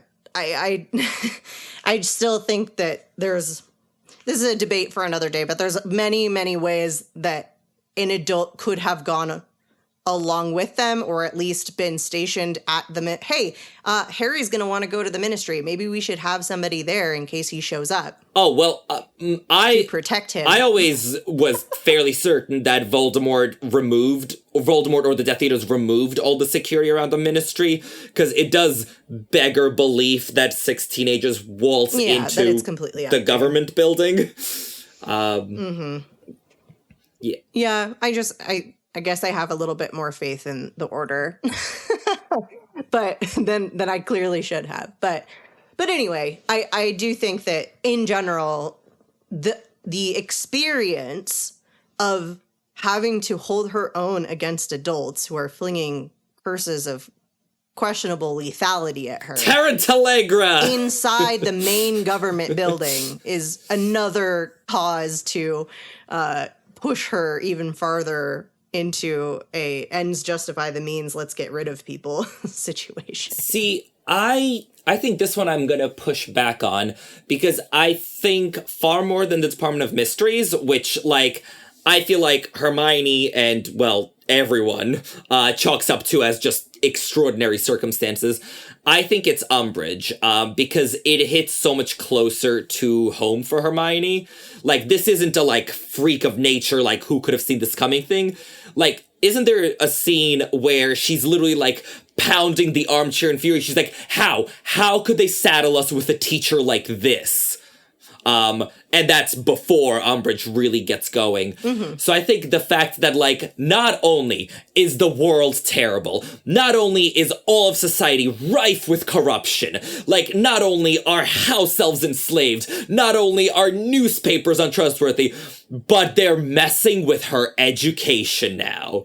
And I feel like that is the bright red line for Hermione Granger that just completely, like, break something in her, which is why we see her scary side come out like never before in Order of the Phoenix. I mean, I think both things can be true, right? It can be both Umbridge and the Ministry that play a part in this. Sure. Yeah. I did say that now everything's, leaking into her education. So obviously that is part of the argument. I wasn't saying that one of them is more so than the other. I just think that it continues along after everything she's already been through all year. And now she's a child fighting an adult who casts some questionable curses at her with question mark lasting damage if you read fan fiction. Yeah. I know. I was always a bit surprised that, like, all the, like, really scary permanent damage at the end of Order with, like, Ron's brains and everything just, like, brushed aside. Like, there's, like, one line where Ron's like, I have scars. And they're like, that's nice. Yeah. Too. Yeah, I do. I was anticipating there to be a little bit more of a lasting effect, I guess, rather than just the mental of it all. Yeah. But alas. Yeah. But yeah, no, like I said, like, if you're writing that, like, Hermione turned evil in book 5 and then was the villain of the last 2 years, I'd be like, yeah, checks out, no notes. Yeah, totally. Yeah. Oh, yeah. completely. There's definitely enough that she can make the choice to turn. Yeah. For sure. So, not to take over from you, but when we get to Half-Blood Prince, my first thought was, you know what really, like, gets Hermione and starts her turning evil in Half-Blood Prince? Teen hormones. Which, like, fair. Like, we've all been there, so fair. And also, like, how many times do we see sort of the teenage villain story where it is like a child left to their own devices, a child that is unguided goes and it becomes evil. Syndrome. Never thought you'd hear an Incredibles reference on here, did we? Sarah, I absolutely thought we would. In fact, is this our first one? Because that is what would surprise me. No, I'm sure it's not. I'm sure I've made at least one Edna Mode reference. Yes. At some point. Yes, well done. No capes. So I was wondering if you have sort of this exercise for Deathly Hallows, because when I'm thinking like, what exhibits or brings out Hermione's scary side in Deathly Hallows, I was like, not much. Like this whole kind of character arc that's been building doesn't go where you'd think it was going. Rather than either A, going full dark side, or learning to do the right thing or whatever, what she learns is finesse. Her arc in Deathly Hallows is learning to think on the spot, to make better plans, to come up with exfiltration strategies. Yeah. And sort of the morality of the plans is kind of, brushed aside in favor of just the competence of them. Yeah. Yeah, definitely. Because I think, you could argue an example of potentially another quote victim would be the people who they impersonate when they go into the ministry, because they make them sick and they make one of them sick and knock one of them out or something like that. And those are not great. No, but no lasting harm. They clearly felt they had to do that, save the wizarding world and all that. So right. Which is just another ends justify the means. How far is she willing to push that? She'll make somebody sick. She'll make them miss their court date because they didn't do enough research on this person. They, could potentially knock somebody out. Well, how much farther is she willing to go? I think that's really what can be explored, is just in the desperation that is a lot of Deathly Hallows.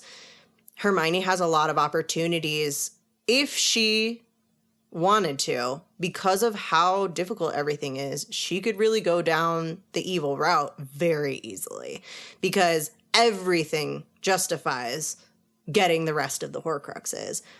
Yes. And how, they destroy a bank by riding a dragon out. Again, one could argue they didn't really have any other options. It was the only thing that they could do. Also, for the greater good of the dragon and for the greater good of getting rid of the Horcrux. But still, that dragon then kind of goes on a rampage or something like that. No, it doesn't. A lot of No, if the dragon went on a rampage or something after they released him. Yeah. I mean, he does be kill that. a number It peacefully of goblins. flew to a lake. He does kill a bunch of goblins. Yeah. Wait. But That's not in the text. Yeah, in the escape.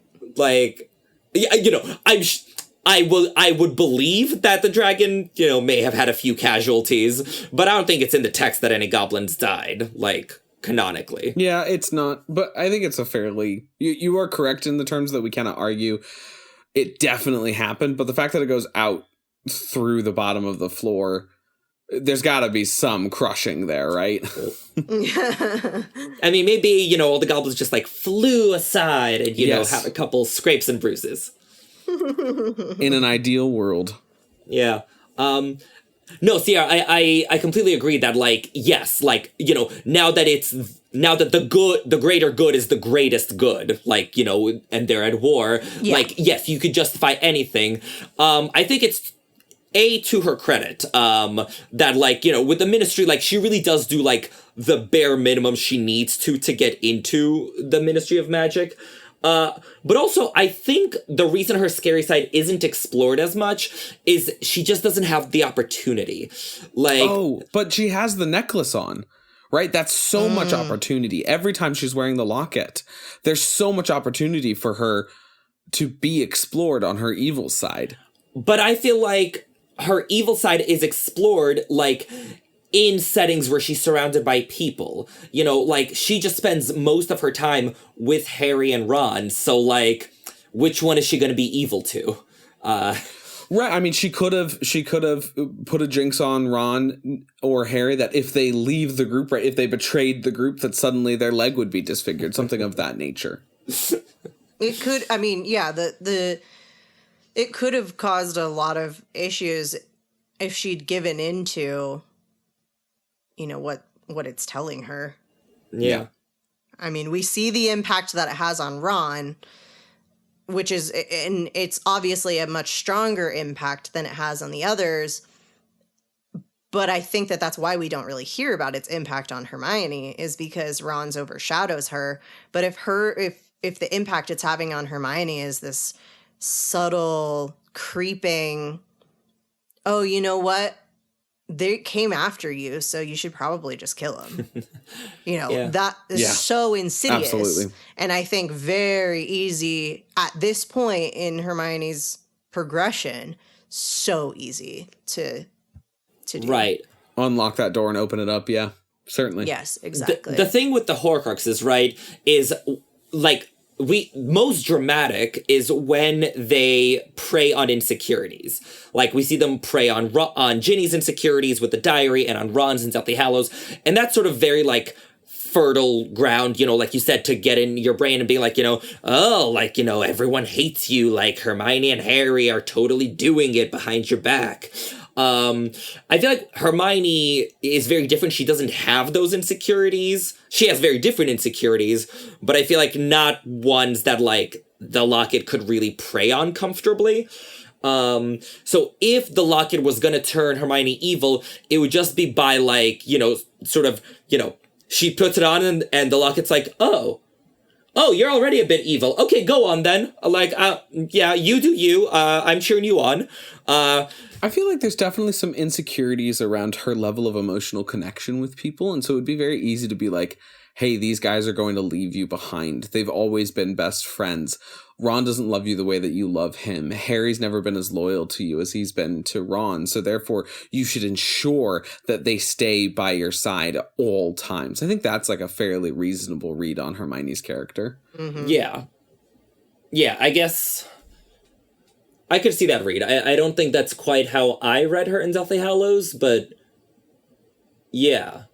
That's not how I read her in Deathly Hallows. I'm saying in terms of you're saying that there's no opportunity for exploration. I think that this is a specific way that you could explore it. That you could have reasonably written this without the audience going, what? That doesn't make any sense. Mm-hmm. Yeah. Yeah, fair. And I think what we're transitioning into is, what if just one thing went differently? Yeah.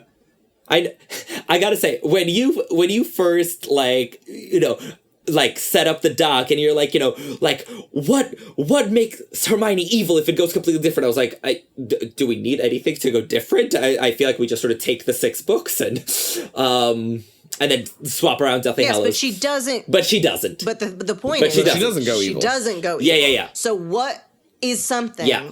What are the things that would have pushed her over the edge if they had happened? And I think there's a lot of possibilities. Yes. No, this is fun. I like this. So we talked about in Sorcerer's Stone where, like, you know, her sorting and her choice of friends is probably, like, the single biggest factor. Yeah. Absolutely. Mm-hmm. Yeah, I think it's clear that her morality is really molded by the Weasley family. In a way that Harry finds kinship with their morality, I think Hermione finds lessons in their morality. And then also just simply being with Harry, fighting against darkness at all times, really shapes her. But if she's in Ravenclaw, isolated, not in some of the same classrooms, right? Do they even are they even able to make fun of Hermione? No, she'd so be that the she belle goes of the crying in ball. the bathroom. Ravenclaw. Right, Yeah. exactly. And also, you know, even if she remains in Gryffindor, if she ends up in that bathroom with the troll by herself, they don't come to her. She has to handle the troll on her own, which she may or may not be able to do. Right, it was not to be like she does- wouldn't be because- evil, she'd just Yeah, be dead. Yeah. Or she manages to escape and is traumatized. But either way, she's going to realize that no one is looking out for her. She has to do everything on her own. Mm-hmm. Which is also, I think, a huge thing is that she does have a support system. Yeah, totally. Yep. Not just a moral compass, but also a support system. And if she doesn't have that, she can go to very extreme measures just to save herself, essentially. Mm-hmm. Yeah. So, Chamber of Secrets, right? I think the one twist you need to make her go full dark side in Chamber of Secrets is the heir of Slytherin is like an actual like student unleashing the monster. Like it's not like a possessed Ginny Weasley. It's like it's Draco Malfoy or it's, you know, Marcus Flint or, you know, whoever. But like it's actually someone in their right mind, like fully actively choosing to set a giant basilisk on Muggleborns. Yeah. I feel like if that were the case, we would see Hermione's scary side much, much sooner than we did, and she would go scorched earth against that person. Yeah. I think potentially also if she's there and witnesses Penelope's death instead of getting petrified with her, if she's standing there and she's talking to Penelope about what's going on, but then Penelope doesn't look around the corner with the mirror and just looks around the corner because she doesn't believe her or something, and then dies, I think that can also push her. Right. Yeah. I'm totally there with that. I've got two things. I've got, if Hermione isn't a Muggle-born, does she really see the world in the same morality system that she does? Because she gets to experience what it is to be a minority. Otherwise, she would just be a woman minority, certainly. But this idea of being so against Mugglebloods, that they are the targeted minority of an evil group recently, is huge for her. And so that, I think, really helps shape her in wanting to help those out, you know. Her spew, obviously, but then also fighting against Voldemort comes from a personal place, which we know she does need a personal connection to fight. But I think the real big thing for me is if she witnesses Ginny being the one to guard the basilisk, and then therefore petrifying her, I think this could lead to much more severe PTSD to actually witness a friend and then prevent them from becoming buddies later, right? Hermione, not logically, not rationally, irrationally, may even grow to hate Ginny. And then Ginny may then fight against Hermione dating and marrying her brother. Yeah, I think that's a good point because it can cause some serious lasting trauma, even if like logically she knows Ginny is possessed. It's not actually her fault. That doesn't matter with to PTSD all the time. Yeah, that doesn't matter to a traumatic situation. Right. It completely overrides all of her rationality. See, but I don't think it would. I think Hermione is so hyper rational. Like, I agree that yes, lots of people would react that way, but I think Hermione is so hyper rational, so logical. Like that's her greatest strength, especially early on, is that like she would sort of logic it out and be like, it wasn't Ginny's fault, and I think she would more or less like intellectually like come around on that. Just because she is Hermione.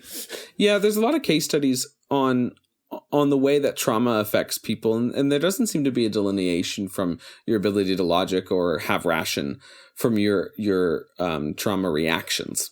So it is quite possible that even though Hermione is one of the most logical, most rational people, that she could have such acute PTSD that it would affect that, even though it would be out of character otherwise. Yeah. I mean, and she can even in the moment go, no, I know it actually wasn't Ginny, but there's still going to be a gut feeling.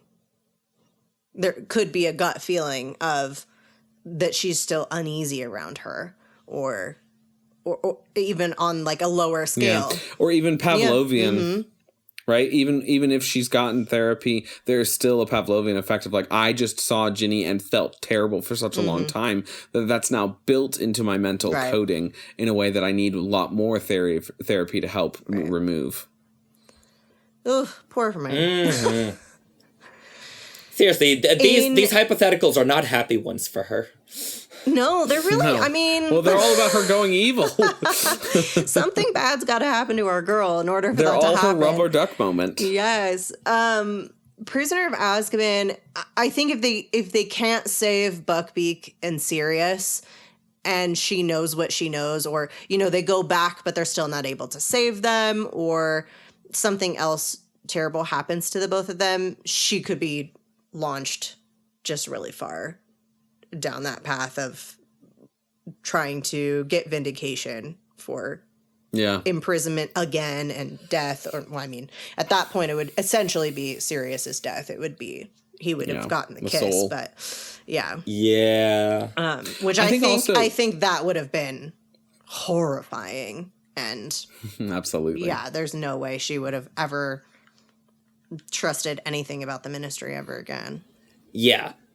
I think also, too, in addition to that, because I very much agree with that, if in the time turner phase, so after they've used the time turner, okay, not the first part, when Remus becomes the werewolf, but afterwards when they're trying to save everybody, if during that time Remus does actually bite someone, right, either a random student or part of the Golden Trio, I think that guilt with the, like, I can try and do all the right things and for all the right reasons, and still somebody's life got permanently affected, especially if it's not her, if it's somebody else.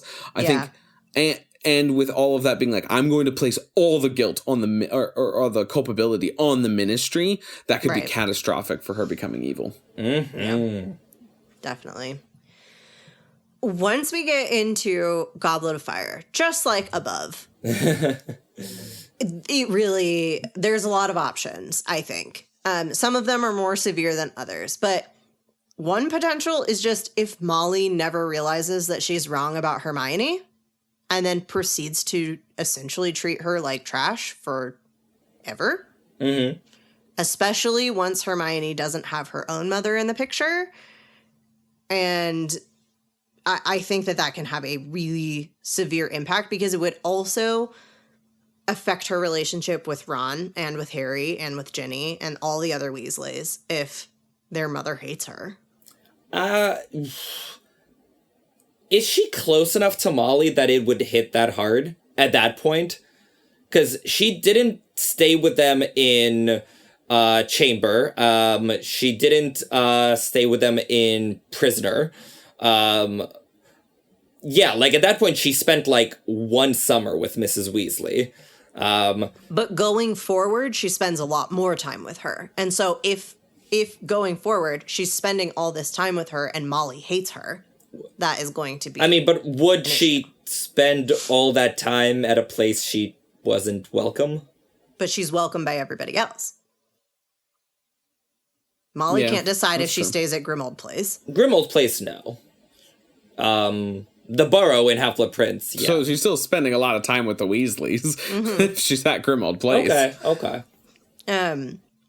This next one is a little less so, but I could still see it happening. If Crumb, and therefore no one, takes her to the Yule Ball, or, more importantly, if it was a Carrie situation, and it was just, you know, someone invites her to cause a scene or make fun of her, or it's all a joke, or it ends up being really traumatic, she could go full Carrie.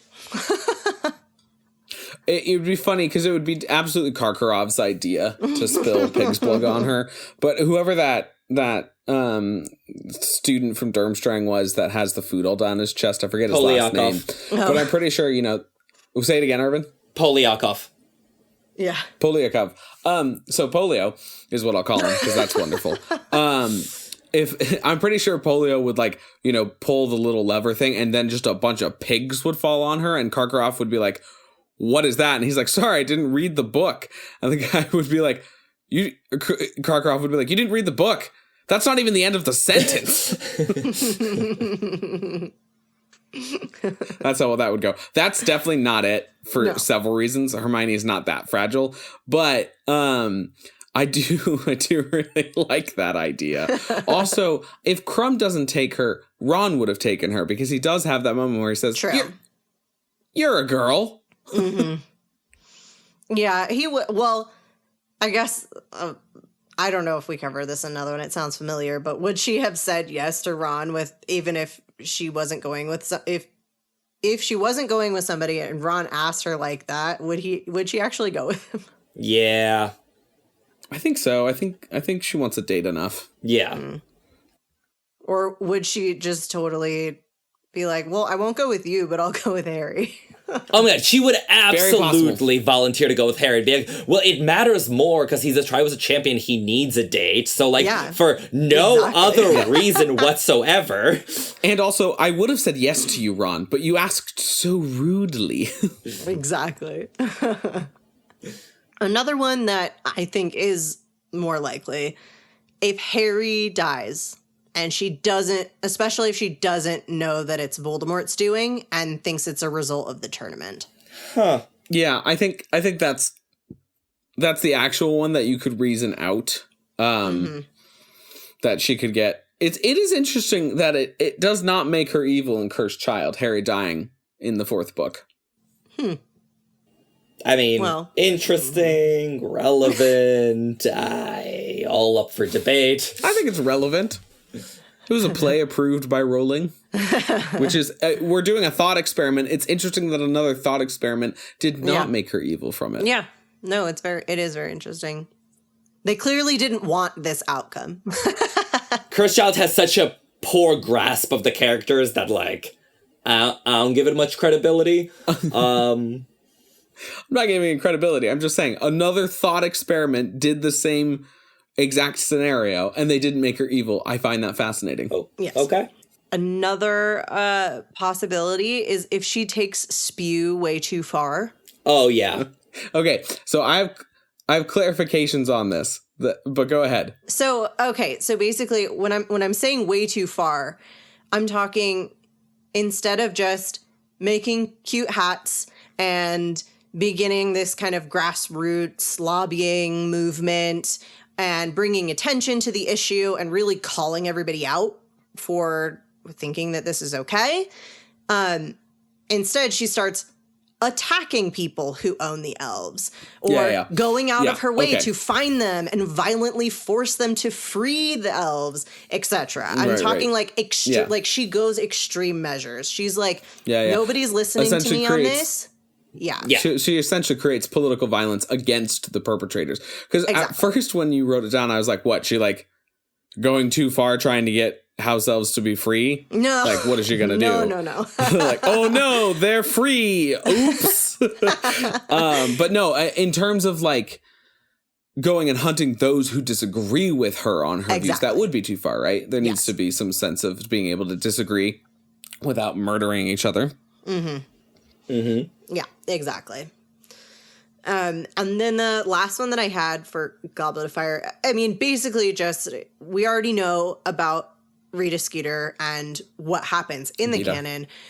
But, you know, if one thing was changed, she maintains a closer blackmail relationship with her. She's consistently threatening her. She's, checking up on her, making her do things for her.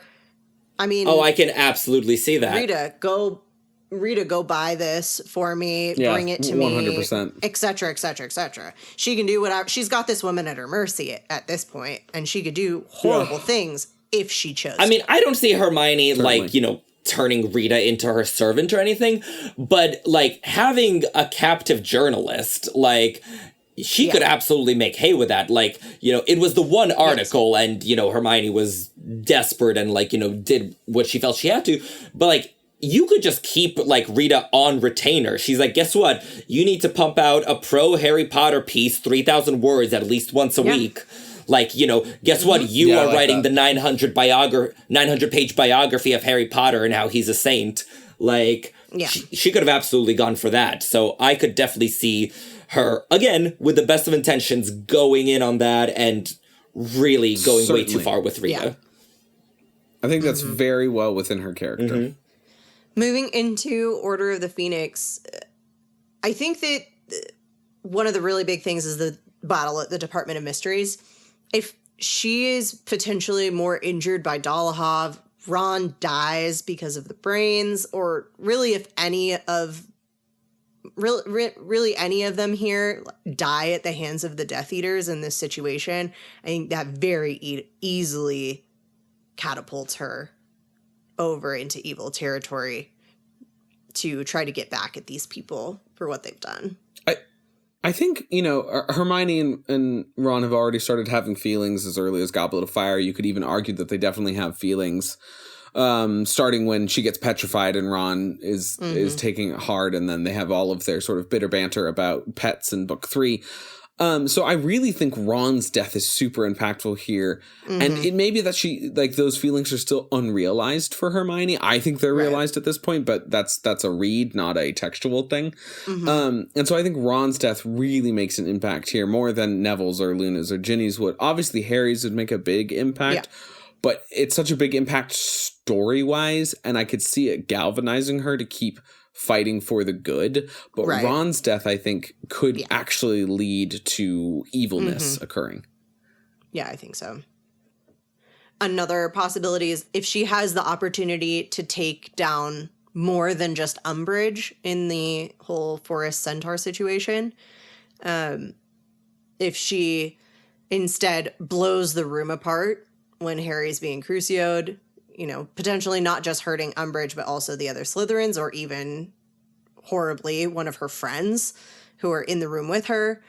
If she goes back to exact revenge on Draco and the other Slytherins who were present, I think anything where she takes a little bit more of an intentional stance against the people who put her and her friends in that situation in Umbridge's office. And the last one that I have for Order of the Phoenix is if the DA is more severely punished or actually caught in the act as a result of Marietta's betrayal. Yeah, I like that too. Because I think overall they kind of get off scot-free. Yeah.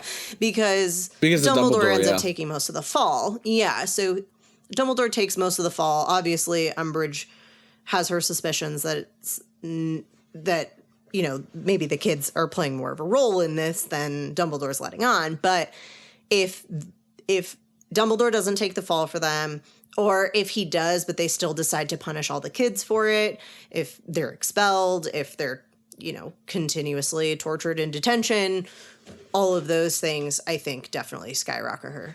Yeah, I think 100% I think this is the one. I think if, what happened in the movie happens in the books where Hermione has to write lines in her own blood,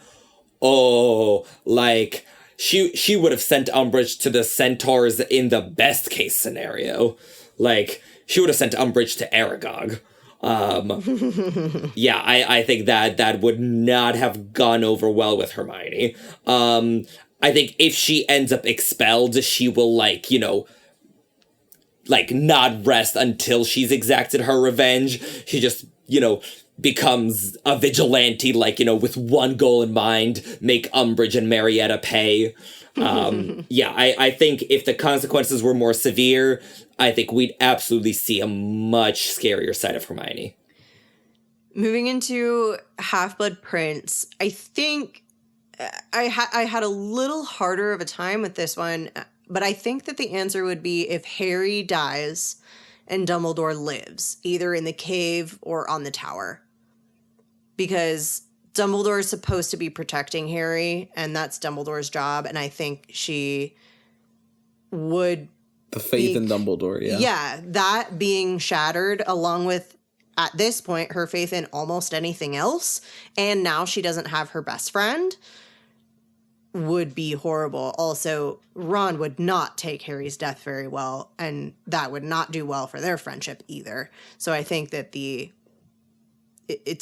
would be very, very easy for Hermione to immediately go against Dumbledore and everything he stands for. I'm really interested in the fact that letting Snape go and then him being Dumbledore's killer doesn't make Hermione evil. And honestly, I kind of think that nothing in this book would make Hermione evil, since she's super wrong about Malfoy. And she lets Snape go past. And those two things have huge consequences. So right. The only thing that I could think that would make it more of a problem is if there are bigger consequences to Draco and Snape. So, and Snape's is big. It's Dumbledore's death. But I feel in order, I think Harry's death galvanizes her. Yeah. To keep fighting the good fight. But if the people that Harry gives Felix Felicis to don't take it and all die, that's, I think, when we start to get into the territory of not a galvanizing martyrdom that Harry's death would provide, but these sort of side things that I think would lead to death.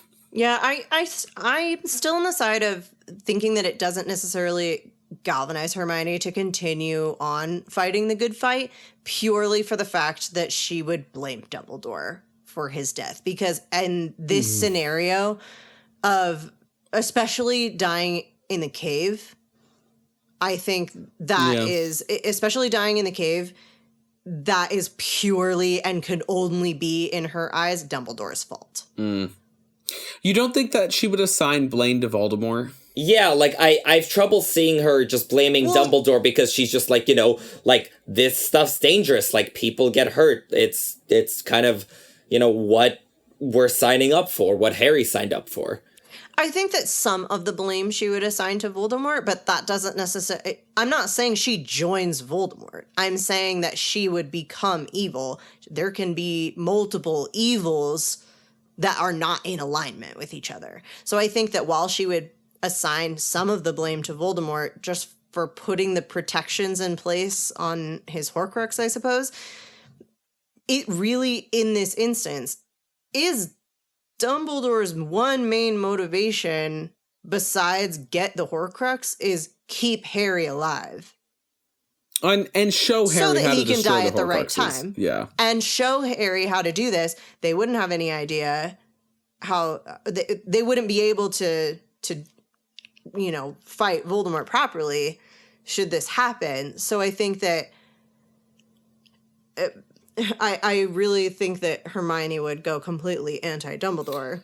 I can definitely see a bit of this was too dangerous. Why would you bring Harry to come and do this? Yeah. Especially without knowing about Dumbledore's limited time left. Right. I still feel like that may be a cause for her to be a lot less trusting, but I don't know in my heart if I'm yes, I could then see Hermione completely turncoat. Yeah. Could you see Hermione... So, you know what I'm saying? So could you see Hermione turncoat against Dumbledore and go off on her own on a quest to destroy Voldemort by herself using nefarious means? Yes, I could. So then that's absolutely still her going evil, because she's still not doing... Yes, oh, okay. Maybe the end result ends up being good for the Wizarding World, but then she's the big bad. No, I'm with you. I was too caught up in the specifics of what I was thinking you meant. Oh, yeah, okay. yeah. Gotcha. No, I just I thought, I don't think she's going to fight against Dumbledore. Oh, no, I see. She's going to fight Voldemort on her own means that she is now no longer, to quote McGonagall, too noble to use. Sure, yes. I'm there. I'm there with you on that one. Yeah. I think there's a possibility that she could come back to exact some revenge on Dumbledore, but I don't think that would be her primary motivation. Yeah. Deathly Hallows also had quite a number of possibilities in my mind. This one I thought was kind of interesting. It was just the idea of Bellatrix's blade being cursed. And then Hermione is then cursed, she has dark magic within her, could be an interesting catalyst for her just kind of giving. It's kind of like the Horcrux argument a little bit of, she gives into the dark. She gives into the outside force of dark that would be enacting itself upon her. See, but do you find that interesting? Because I don't.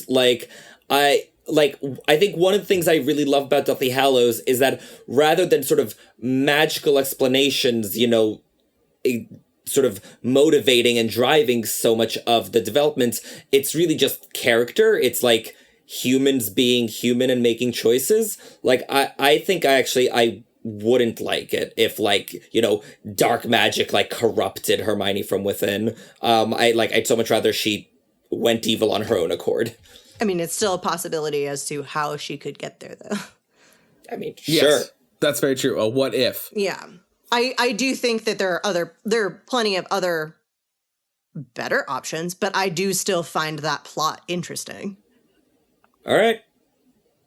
Kind of along that same line, further torture of her and her friends in Malfoy Manor. If Ron does indeed take her place, I think that would be huge. Kind of what you were saying, Sam, with Ron dying due to the brains. Yeah. I think that would be a really big, if he is tortured in her place, that would be a really big impact.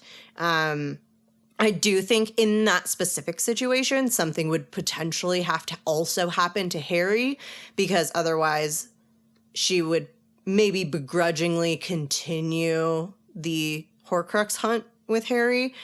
But I think, so I think if Ron is incapacitated or dead or severely tortured, and then something also happens to Harry and Hermione's a little bit more on her own, I think that is a potential scorched earth situation for her. Totally.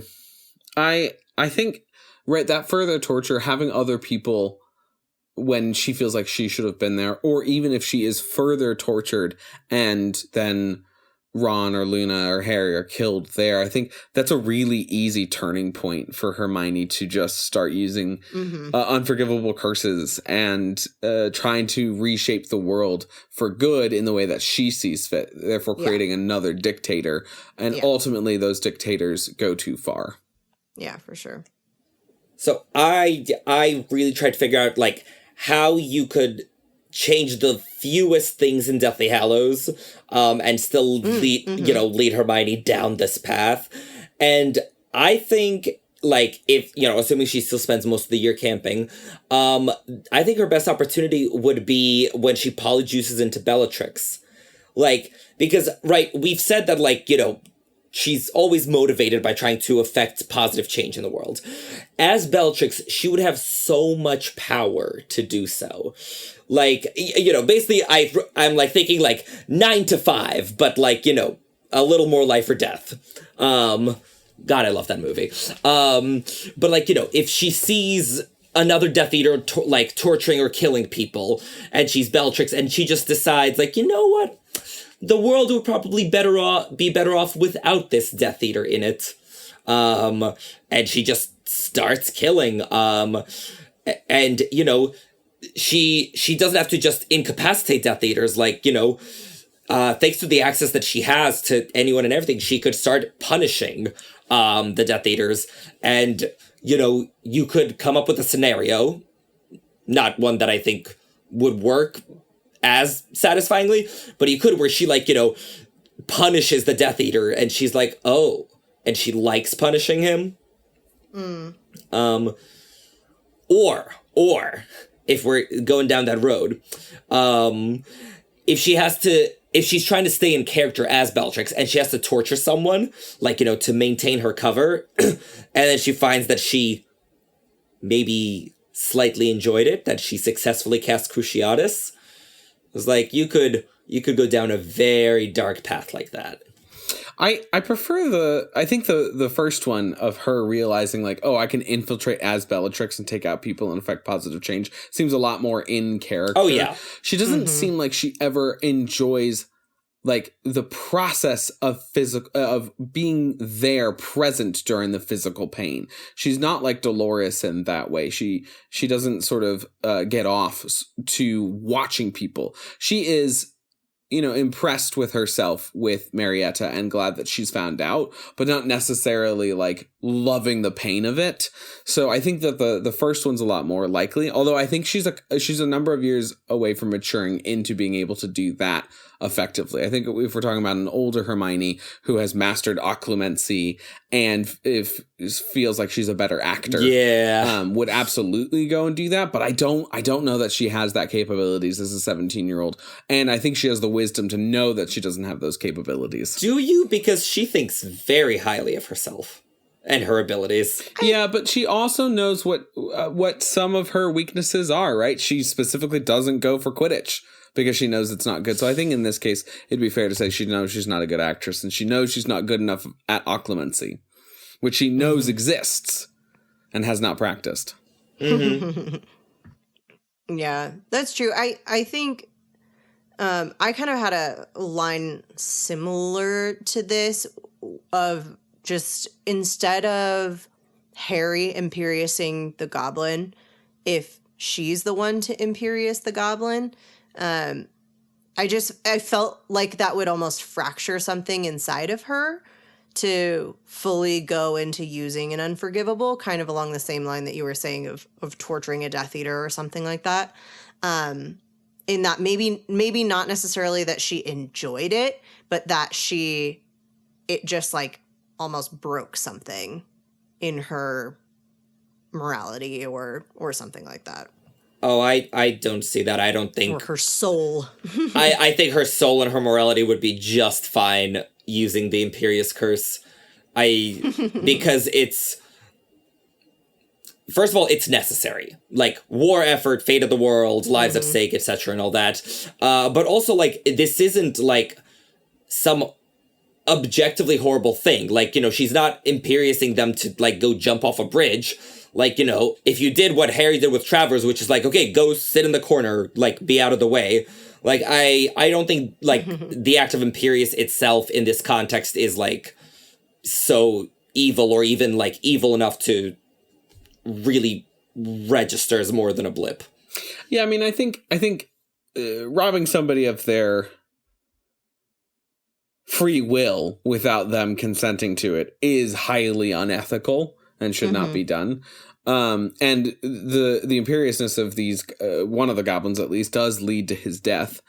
But I also think that this would not change her because I think it's mirrored by a different highly unethical thing, which is when she obliviates her parents. And so I think that it would not change her soul to do that.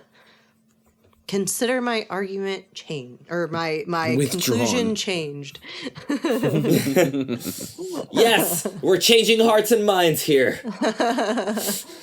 Another thing that I think there's a few more, and these do get pretty harsh here. So the war stretches on past May. I think the longer an actual war with Voldemort and the Death Eaters occurs, the more Hermione feels that brutal means will be necessary. Out of the Golden and Silver trio, I find Hermione and Ginny to be the first candidates to start going like nuclear option for sure. Yeah. So I think that it would be huge. Another thing, again, upsetting, her parents dying despite her efforts to help and hide them. Totally agree. Yeah. Devastating. I can't remember if canonically her parents get their memories back. Apocryphally. Yeah, basically, like, sort of July 22nd, 2007, like, the minute anyone had read Deathly Hallows, Rowling said in an interview, she's like, oh, yeah, she, like, went and got her parents back and restored their memories, and it's all good. Yeah. But that was only ever said by Rowling. Okay, got it. So then I think, should she go and try to get their memories back if they do get their memories back, but then they never forgive her for what she's done? or if she harms them in the process of trying to retrieve their memories. I think basically anything going wrong with her relationship with her parents. Totally. And then the last one that I had was just Ron, Harry, or Ginny's deaths during the Battle of Hogwarts. I think if Voldemort survives, then yes. Or if remnants of his Death Eaters have a very strong instant rebound, then yes, I'm with you. Otherwise, I don't think so. But especially if you mix the last two, parents plus Ron death, or parents plus Harry and Ginny, I think that could definitely be a turn to evil. Yeah, I guess, like, just broad picture, I don't think Hermione would be quite as radicalized by, like, the death of someone close to her as you seem to suggest. I think it would have to be a sort of, like, you know, everyone she loved is gone type thing to, like, truly send her off the deep end. I think a really compelling and harrowing death for Ginny or Harry or Ron could absolutely send her into a spiral. I don't know. I feel like if she didn't spiral out from Dumbledore, I don't really see it. Yeah, but I don't think she's as Dumbledore's close to Dumbledore, though. Yeah, and she's not nearly as close to him. She's not as close to him, but she looks up to him and idolizes him so much that I feel like it would be, like, almost as emotionally upsetting as losing someone she is close to. she'd be more upset by McGonagall dying than Dumbledore. Yeah, I agree about that, certainly. Yeah, okay. I think as much as she looks up to Dumbledore, I mean, at some point, people who are older than you that you look up to will die. Yeah. So I don't know that that's a entirely shocking thing to her necessarily. The means by which just kind of fuels her fire a little bit. But it's not like he was some secondary father figure to her or anything like that. No, but he sort of represented, like, you know, the moral authority. He represented, like, you know, all that was good and kind and Hogwarts itself. But I think that she's already kind of seen through that a little bit by now. Yeah, I think so as well. I think that she knows and understands that there are flaws, of course, about this. And I think that expectation around just how old he is going to take some of the hit out of it. I think it's more shocking to her that Snape does it than it is that Dumbledore is dead. Right, but, like, that's my point. Like, you're talking, like, you know, grueling, harrowing. I was like, I feel like sort of Dumbledore being blasted off the tower by a teacher, like, would be as upsetting to Hermione as most things. You could definitely come up with a more harrowing death for her personal friends and her love of her life that I think could send her over the deep end. I mean, agree to disagree. Because we're in the realm of imagination, there's so much to be done. I think it's impossible to say that there's no way one death could not do it. Oh, no, I'm not saying there's no way. I'm saying that I don't think it comports with how I, like, understand the character. I don't think it would be sort of as likely or straightforward as a lot of the other things. But, like, yeah, no, like, we're not trading in absolutes. I'm not gonna say no way it happens. All right, is that about all the ways our poor girl could turn evil? Our poor Hermione. I think we nailed it. Yeah, you really put her through the ringer here. We just have to use each one as a moment to be grateful that it did not happen. There's the silver lining. For the betterment of the wizarding world standpoint. Oh, yes, that's a good, wholesome way to wrap it. I guess, well, since it's 2 a.m. and I really kind of want to get to the finish line, but I do want to ask, like, do you guys like the idea of evil Hermione? Because, like, for me, I adore this aspect of her character. Like, I think, like, her ruthless streak, you know, her, you know, imperfect, like, you know, ethical standards and judgment, like, they make her so much more interesting. Like, I think this, like, all that we've been discussing is one of the most interesting things about her. And I feel like the way, movies and, somewhat fandom reduce her to just this, perfect, kind, good, idolized paragon does her such a disservice because, again, Hermione can be ruthless, and that is fascinating. Yeah, I think I really like the idea. I like it more for a what if beyond the books. I think her growing into becoming a character that Harry has to face down post Voldemort is where I find the most scariness, rather than in books. But I thought this was a really fun exercise. Mm-hmm. Yeah, I feel like there's just so many times when it would be simple for her to have an intense moment. Her eyes flare. She just starts casting curses out of fury, or she creates an entire plot for takeover in the background. Right. The music crescendos and it starts pounding.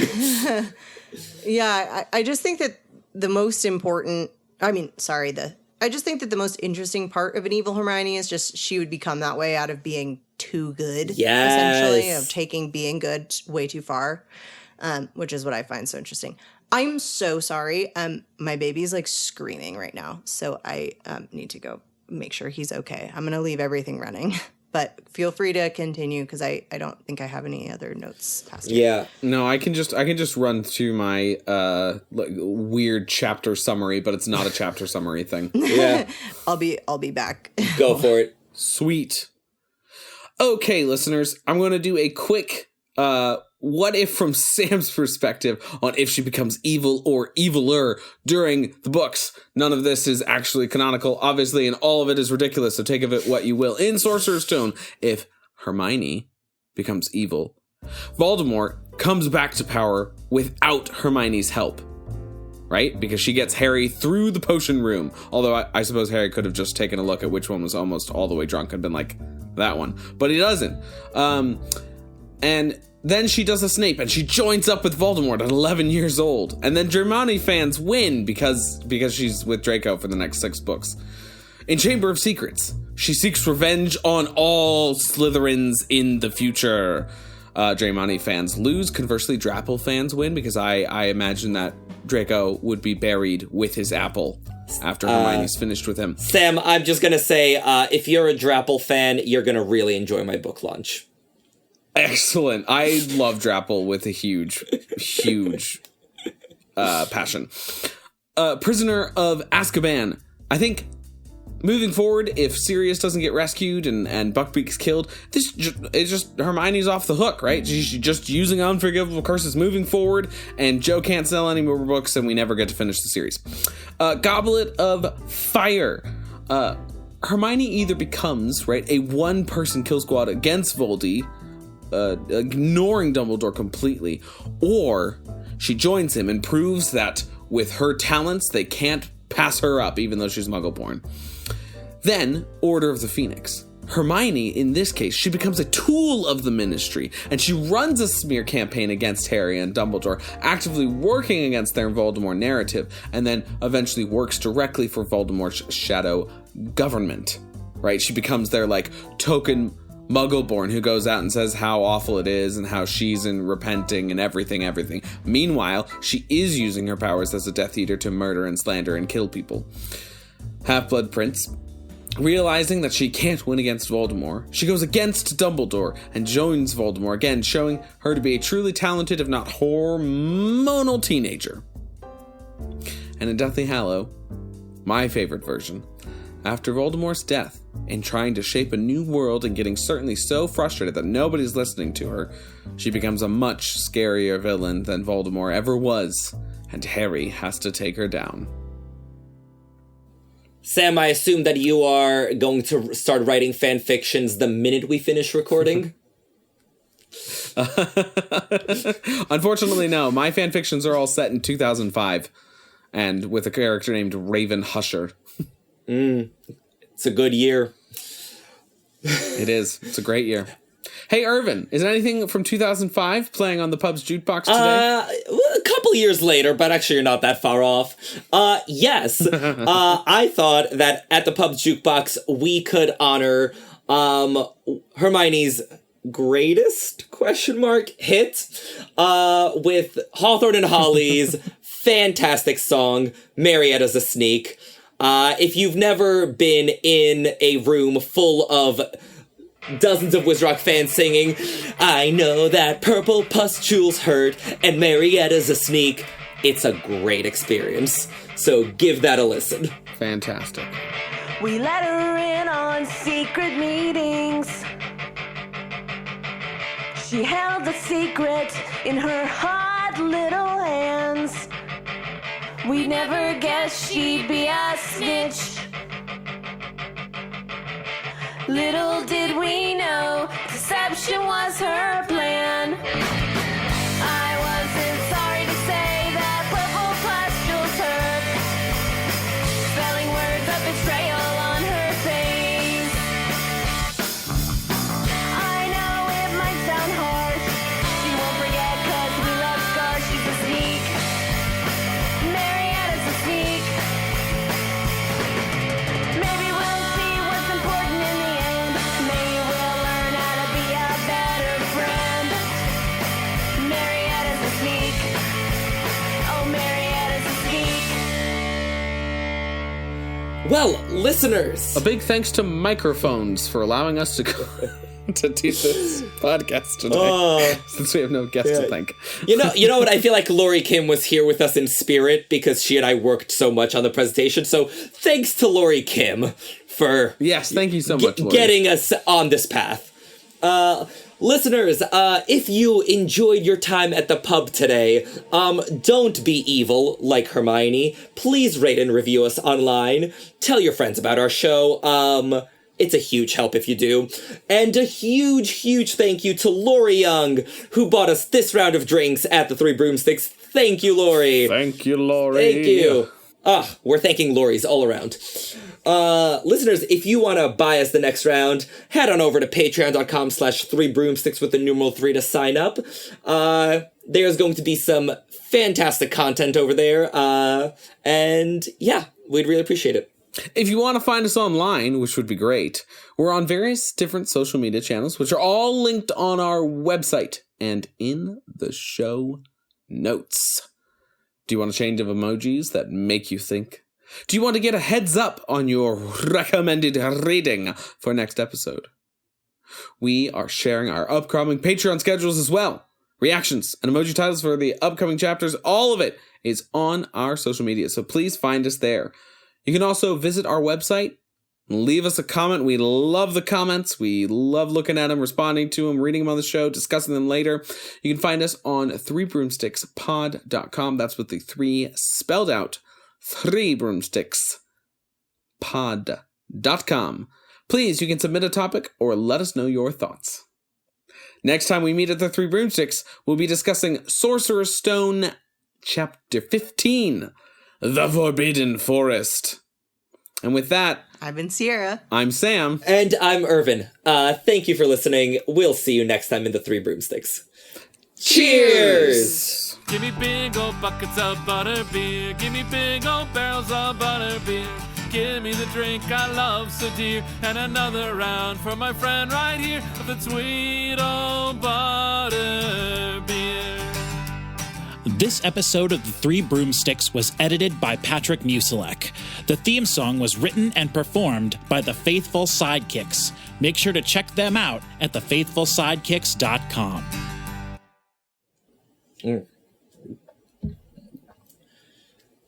My God, I'm chugging water like it's going out of style. Is it hot? No, I just danced up a storm today. I got it. We're prepping for Rock the Peacock, so we were running 5 numbers one after another. Yeah, that makes sense. Okay, so